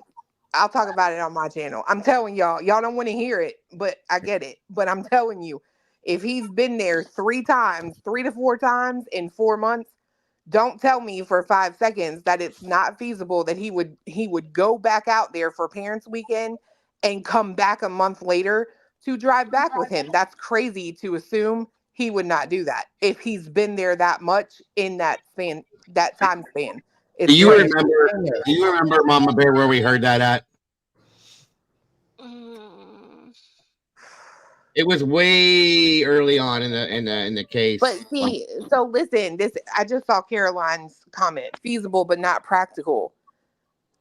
We're running on an assumption that they wouldn't think that was practical. You don't never know what people are thinking. Like, you got to keep your mind open to all possibilities, in my opinion. Even though it wouldn't be practical to me, it doesn't mean that it's not something that somebody else would do.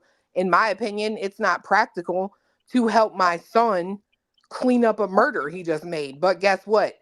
To Ramirez and Preciado, it was practical and feasible. So I'm just saying, like, don't. For me, no, I think there's a possibility for it, Clue, but there's no evidence to support multiple visits over that short period of time either. At this point, Dago's saying that's something somebody said. There's nothing to back it up with. And if you listen when I'm speaking though, what I said was if that is true. Right. Yeah. Agree 100%. Yeah, there's no reason the father couldn't have been like the Sotos. There's no, but at this point, unlike the Sotos, there's no evidence to support that. The Sotos clearly. Yeah, it just relates to the fact that him and his father possibly were close, is all that statement was based on. That, you know what I mean? I don't know. Like I said, I've looked and I can't find anything that vets that at all. So, like I said, don't take it as a fact at this point. Grandfather, the dad was much more in the arena of my boy. I think there was much more financial problems that were. Yeah, that was something else that was brought up too. Is their financial status, being able to afford something like that would probably be. I don't know. You know, it doesn't. We don't know exactly what it was like at that point though. Before this happened. Listen, he may be the guy that stood behind his son to get his son through the stuff he went through. I mean, they may have a bond that we just don't know, and it's possible he was there 20 times. We don't know. That's what I was relating it to.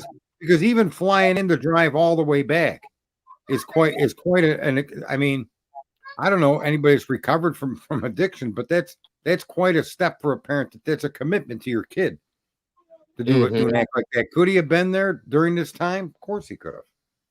Well, you know, he seems very committed to Brian based on just that single trip. And then if he'd been there many times before, I agree with you, Clue.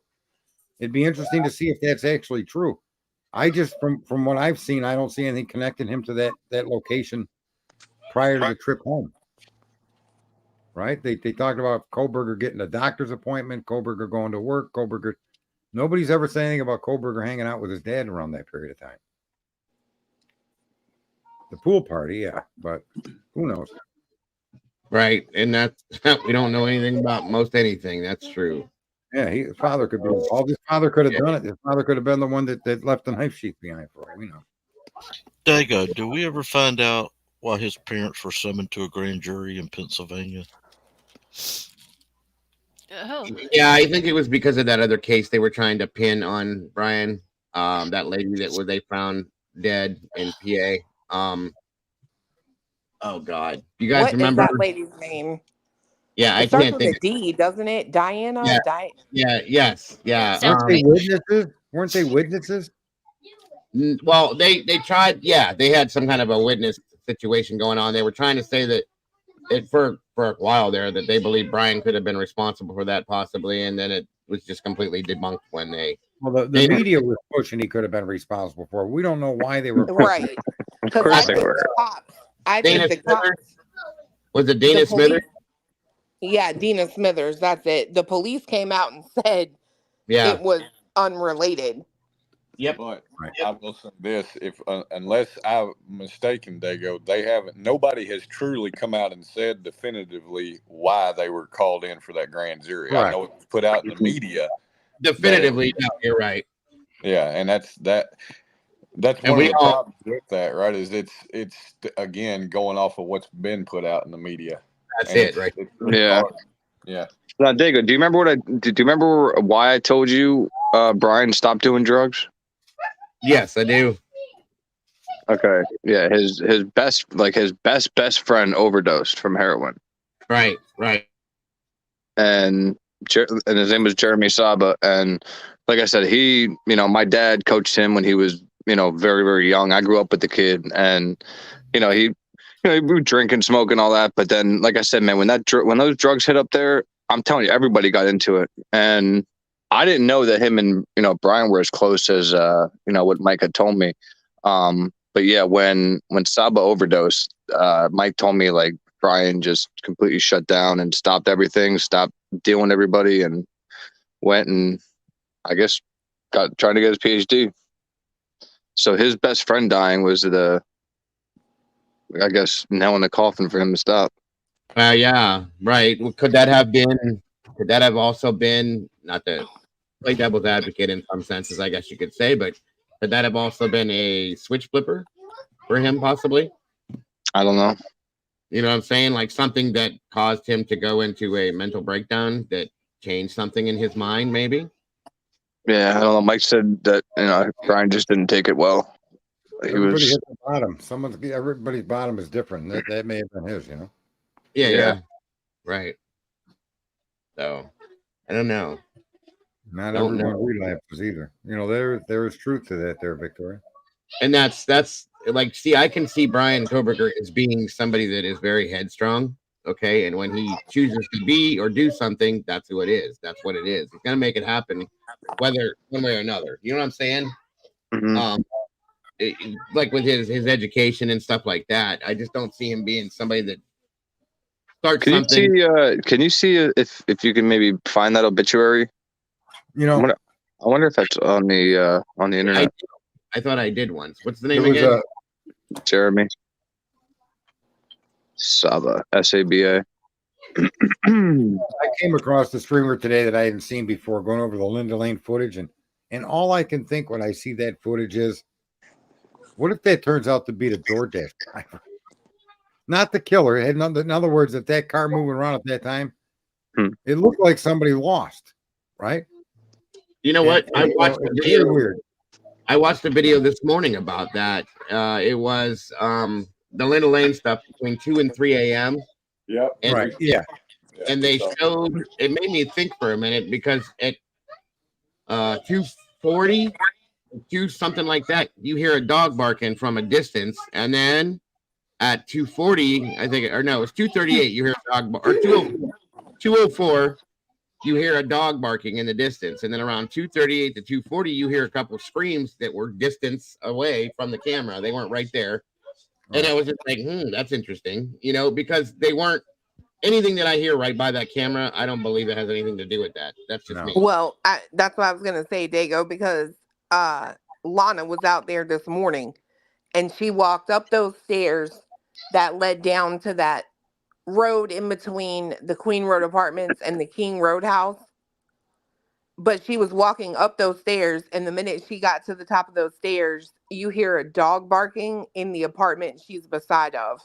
Okay. Well, and it's like, I can't, it is a college town. People move in and out, but people have dogs. It's common. That is not the only dog in that neighborhood, right? Right. It would be a mistake to assume that it is. Or that any bark you hear would belong to Murphy. I mean, yeah, no, I agree. Right. I agree. Because that's what I thought when I saw that guy. He acted like he had exclusive footage, and that's why I went in there. And there was nothing exclusive about it at all, so I just gave him a thumbs down and left. Yeah, I just watched it, and I'm like, okay, I got what you're saying, but that's kind of old news, and that was the end of that. Cletus is laughing. What's so funny, Cletus? Huh? You, Sarge, you're funny. I'm fucked up. I can't remember the name. Good Vibes. It was like you guys remember the name of that? The guy that put that out. It was just like, it wasn't a weird name. It was just the guy's name himself. Something Hawley, I think, but it was Jeff. Yeah, it was Jeff H's video. Yeah. Yeah, he used Jeff's video for it. Hawley was the last name. I can't think of the first name. Robert. I think it was Robert Hawley. Robert Hawley. Yeah, look it up under that name, Vibes. I think that detracts more than adds anything to our knowledge. I think seeing that car, if that's the car they claim, then I mean, good luck with that video. That video shows someone lost. Yeah, pretty much. There's your obituary, Willie. There he is. Fucking A, man. That was Brian's Fred? Yeah. That's sad. Mm-hmm. He was a good dude, man. I hung out with him a lot. Like a lot.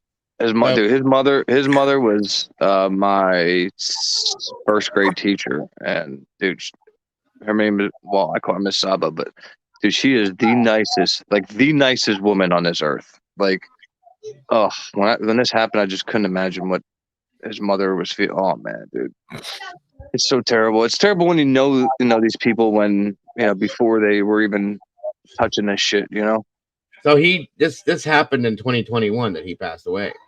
Yeah, I was just thinking about that. That couldn't have been the reason he stopped then.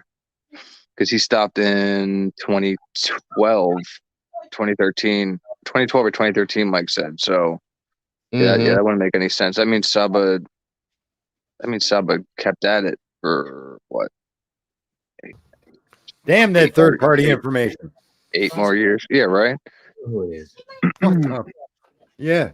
Right. So here we think this guy is one of the bottom, a part of his bottom, and it had nothing to do with it. Right. That was a part of his problem, to be honest with you. Mm-hmm. Well, we look these things up and try to figure these things out to be able to separate the right from the wrong. You know what I mean? Yeah. It's good to get through it. There's no doubt. But again, so I wonder what the fuck made him stop then. It's a personal thing. I mean, it could have just been, himself. He could have, I'm done with this. It's crazy to just do it for 1 year and then just. I mean, he just wanted to try it. He seems like one of these people that are. I mean, it sounds ridiculous, but who knows? Yeah. I mean, it could have been a scenario where somebody was like, "Here, check this out." He tried it, he liked it, and things started going downhill. And he was like, "Whoa, I don't want my life to be this way." And walked away. Yeah. Well, I know he was selling like everything he had from what Mike, like he was selling everything. Maybe the family got behind it and was like, "Look, bro, you're doing some things we don't want, and if you want us to keep you around." I mean, I had to go through that with my son. Well, 11 years ago, didn't he take the phone when he was 19? Isn't that the accusation? He took his sister's phone at 19. Wasn't it before that? I don't know about any phone or whatever. The phone that he supposedly stole from his sister. Carolyn Miller's gonna write a book if this Brian Koberger's go free. Yeah, a lot of people. I'm gonna hit him up if he goes free. I'll be like, "Yo, motherfucker." Yeah, you'll never be able to find that guy. Right, yeah, bullshit. He'll be rich in hiding.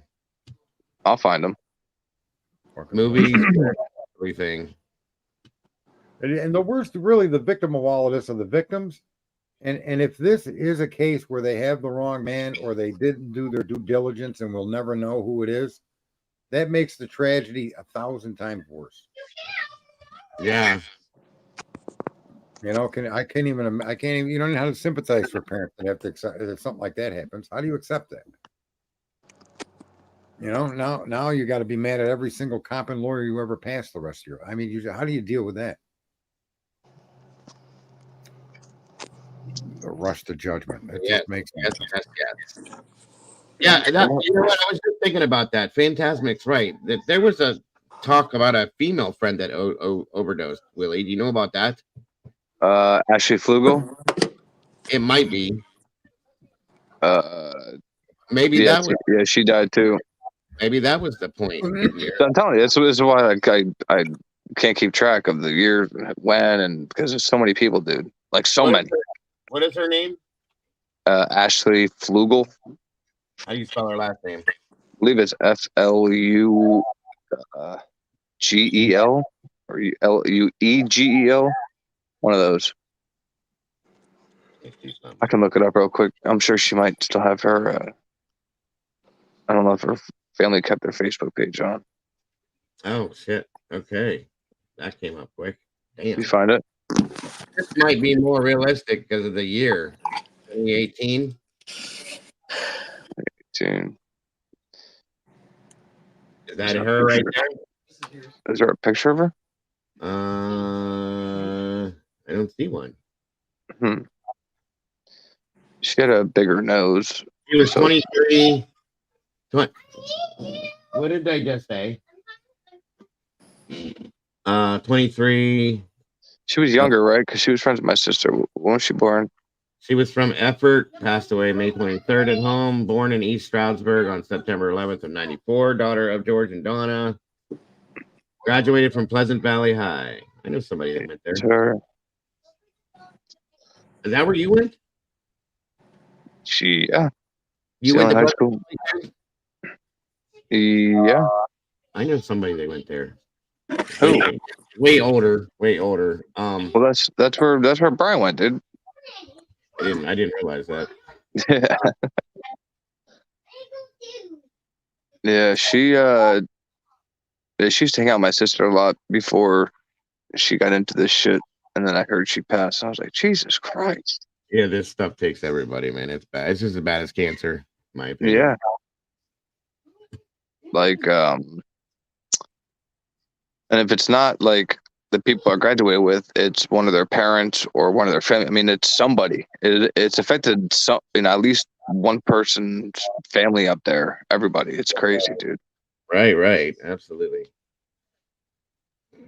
I'm just blessed that I got the fuck out of there when I did. As soon as I graduated, dude, I was like, peace. Yeah, I got you.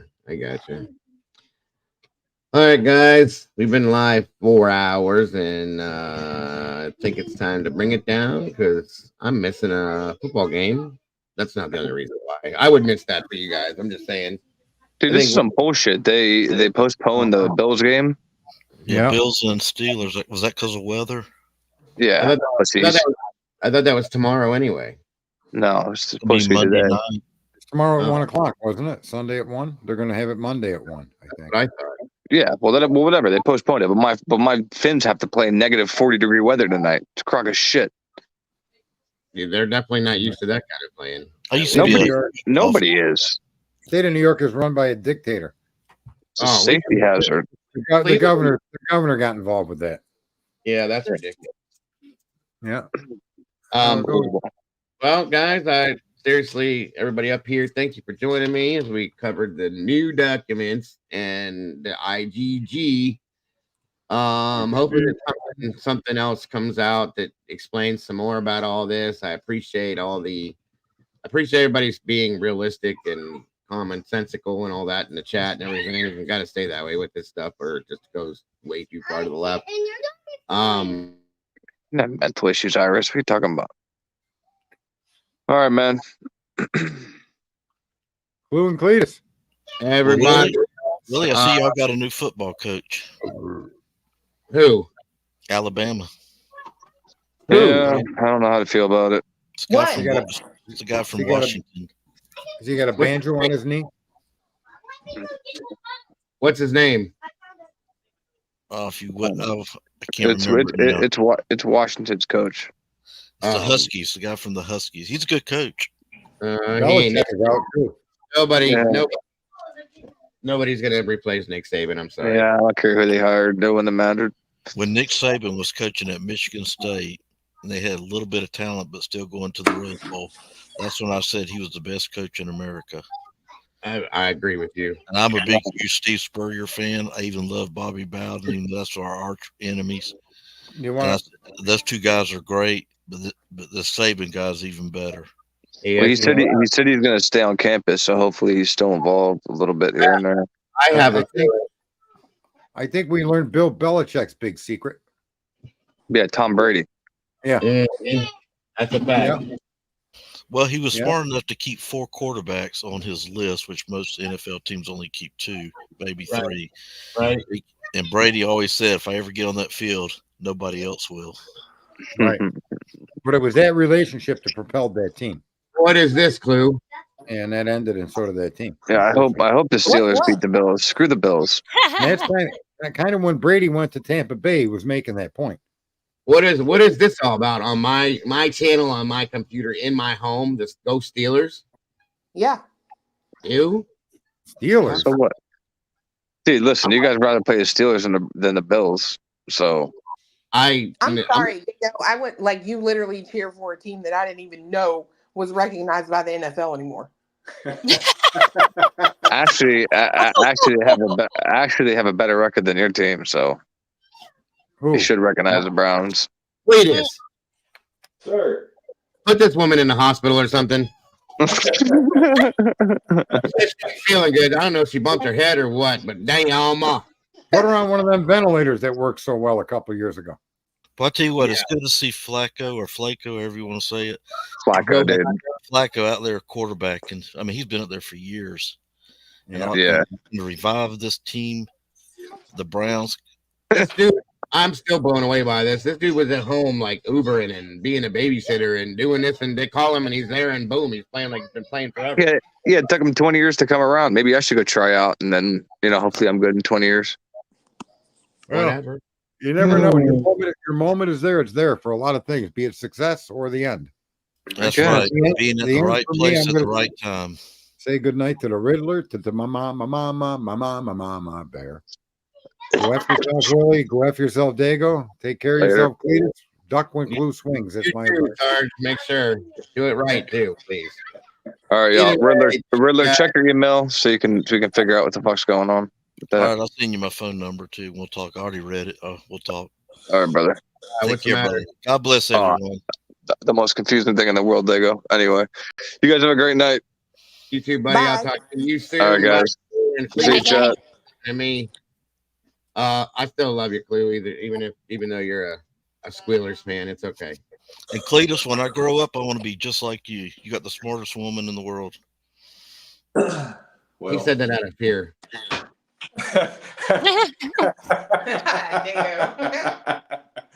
No, I'm just teasing. I love you guys. Seriously, I appreciate it. Anyway, this is the Riddler saying so long from the Sunshine State. Yes, sir. Have a great night, Riddler. Appreciate you. Clue, Cletus again. I'm serious. And all joking aside, I appreciate you guys very much. Are you going on again later? Yes, I am. Okay. So I will see everybody then, and hope maybe you guys too. I hope you feel better, Clue, honestly. And Mama Bear, thank you very much. You're welcome. Good to have you here, even though you don't feel good. I know. I hope you feel better too. Tonight is off the whole true crime thing. We're looking at paranormal, abnormal, crazy normal, whatever normal it is. So it was a request. I'll be here, Bonnie, like normal. And until then, everybody have a great rest of your day. Don't forget to love yourselves, love each other. Don't change a thing about yourselves, because you're the beautiful people. And I will see y'all very soon. Bye-bye. Bye, guys. See y'all later.